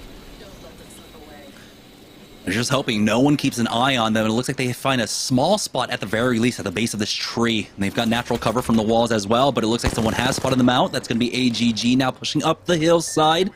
We do have an uphill battle to deal with another squad, keeping an eye on them. Very similar situation to what we had. Team Vizio were able to control Heights here up against Team Intel in game number 5. But AGG, they want to try have a repeat performance. I mean, they propelled themselves up the leaderboard in that last game with a 2nd place finish. A lot of kills as well. They were taking out a lot of our partnered squads too. 2 brains, 1 controller at the bottom of this shuttle now, as they're dealing with a team inside and AGG on the precipice of pushing out from the outside. Team Intel knocked out. Twisted Sin finishing off the job against them.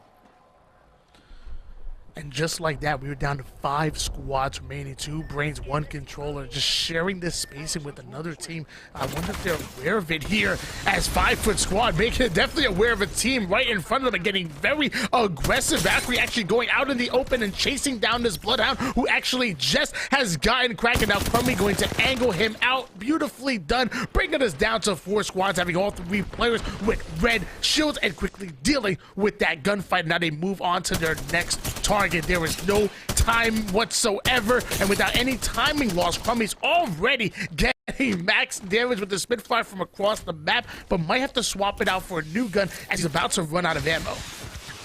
All right, Nerf, they're still up. That is incredibly important. They're up as a full 3 as well.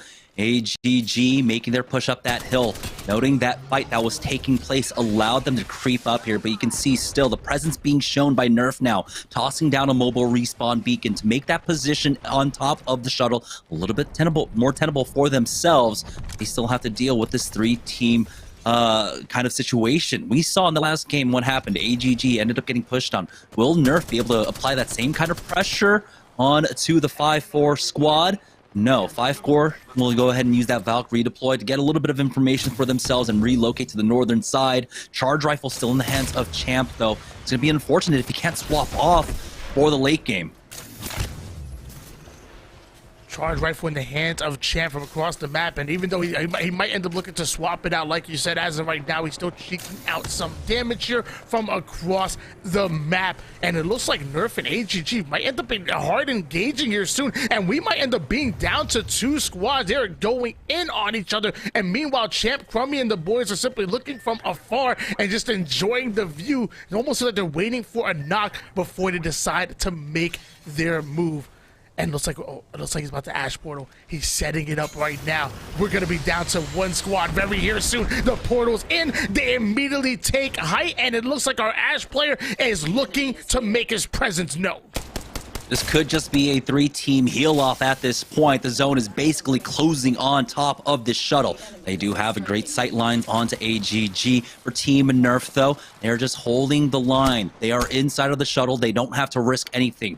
We're just going to wait to see if 5-4 and AGG end up fighting. And as soon as they do, as soon as they note the knocks, they will go ahead and peek out. Risky peek there, just in case the PK is out here for Drago. You can get an instant crack on an armor with this one. So they have to be careful in how they choose to peek out here. Again, it's all about the patience in the final 3 squad engagement.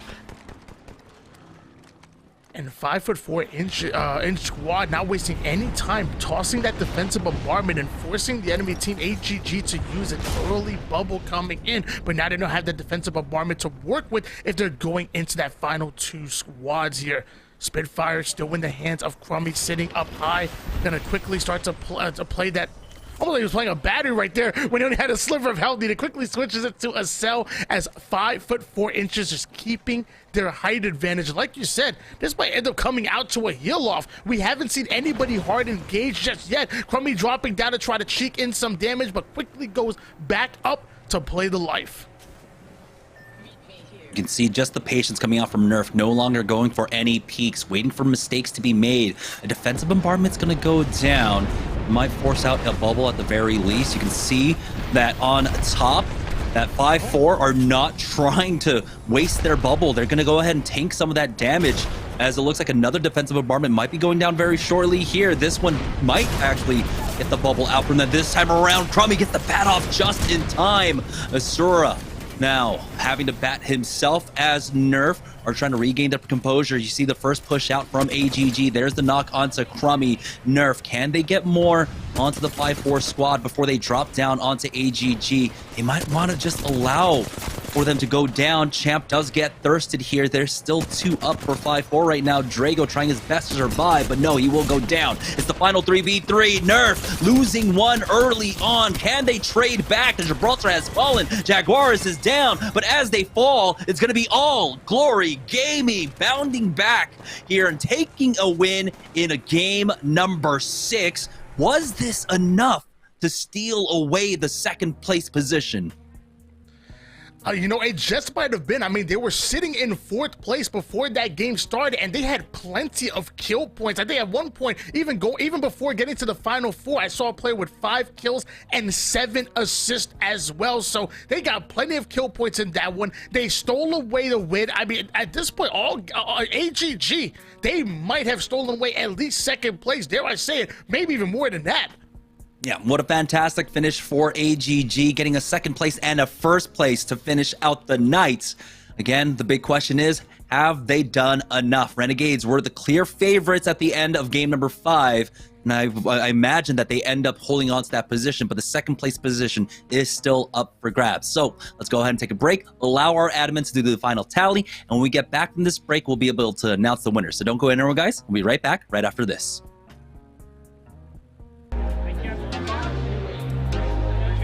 We're gonna do it in 3, 2, 1.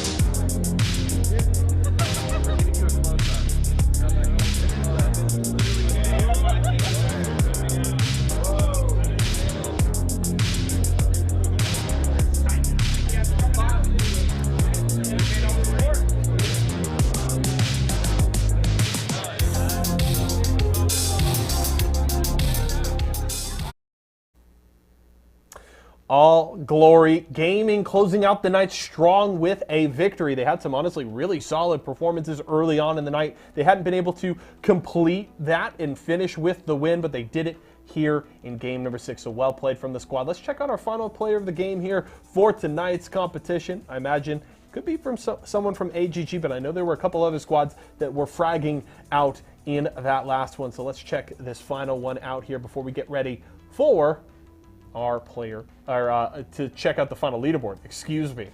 Champ here, though, going to grab it, so not the member of AGG here, part of Crummy's squad here that had a really solid showing and got into the top 3. 7 kills and 4 assists in that one, and over 2,000 damage, so quite a few performances tonight where the winning squad showed up really strong, but there was a big fragger outside of 1st place, able to steal player of the game here, and Champ does it this time around. Really well played there, but of course the focus of the last game here is AGG. And I'm told I'm clear to throw to the casters, question mark. Are they ready to go? You tell me, production. We're gonna go to a break. Okay, so Champ, congrats on player of the game. We're gonna go to a quick break right now. When we come back, then we'll get a final look at that leaderboard and see who took the 1st place spot here tonight. So don't go far.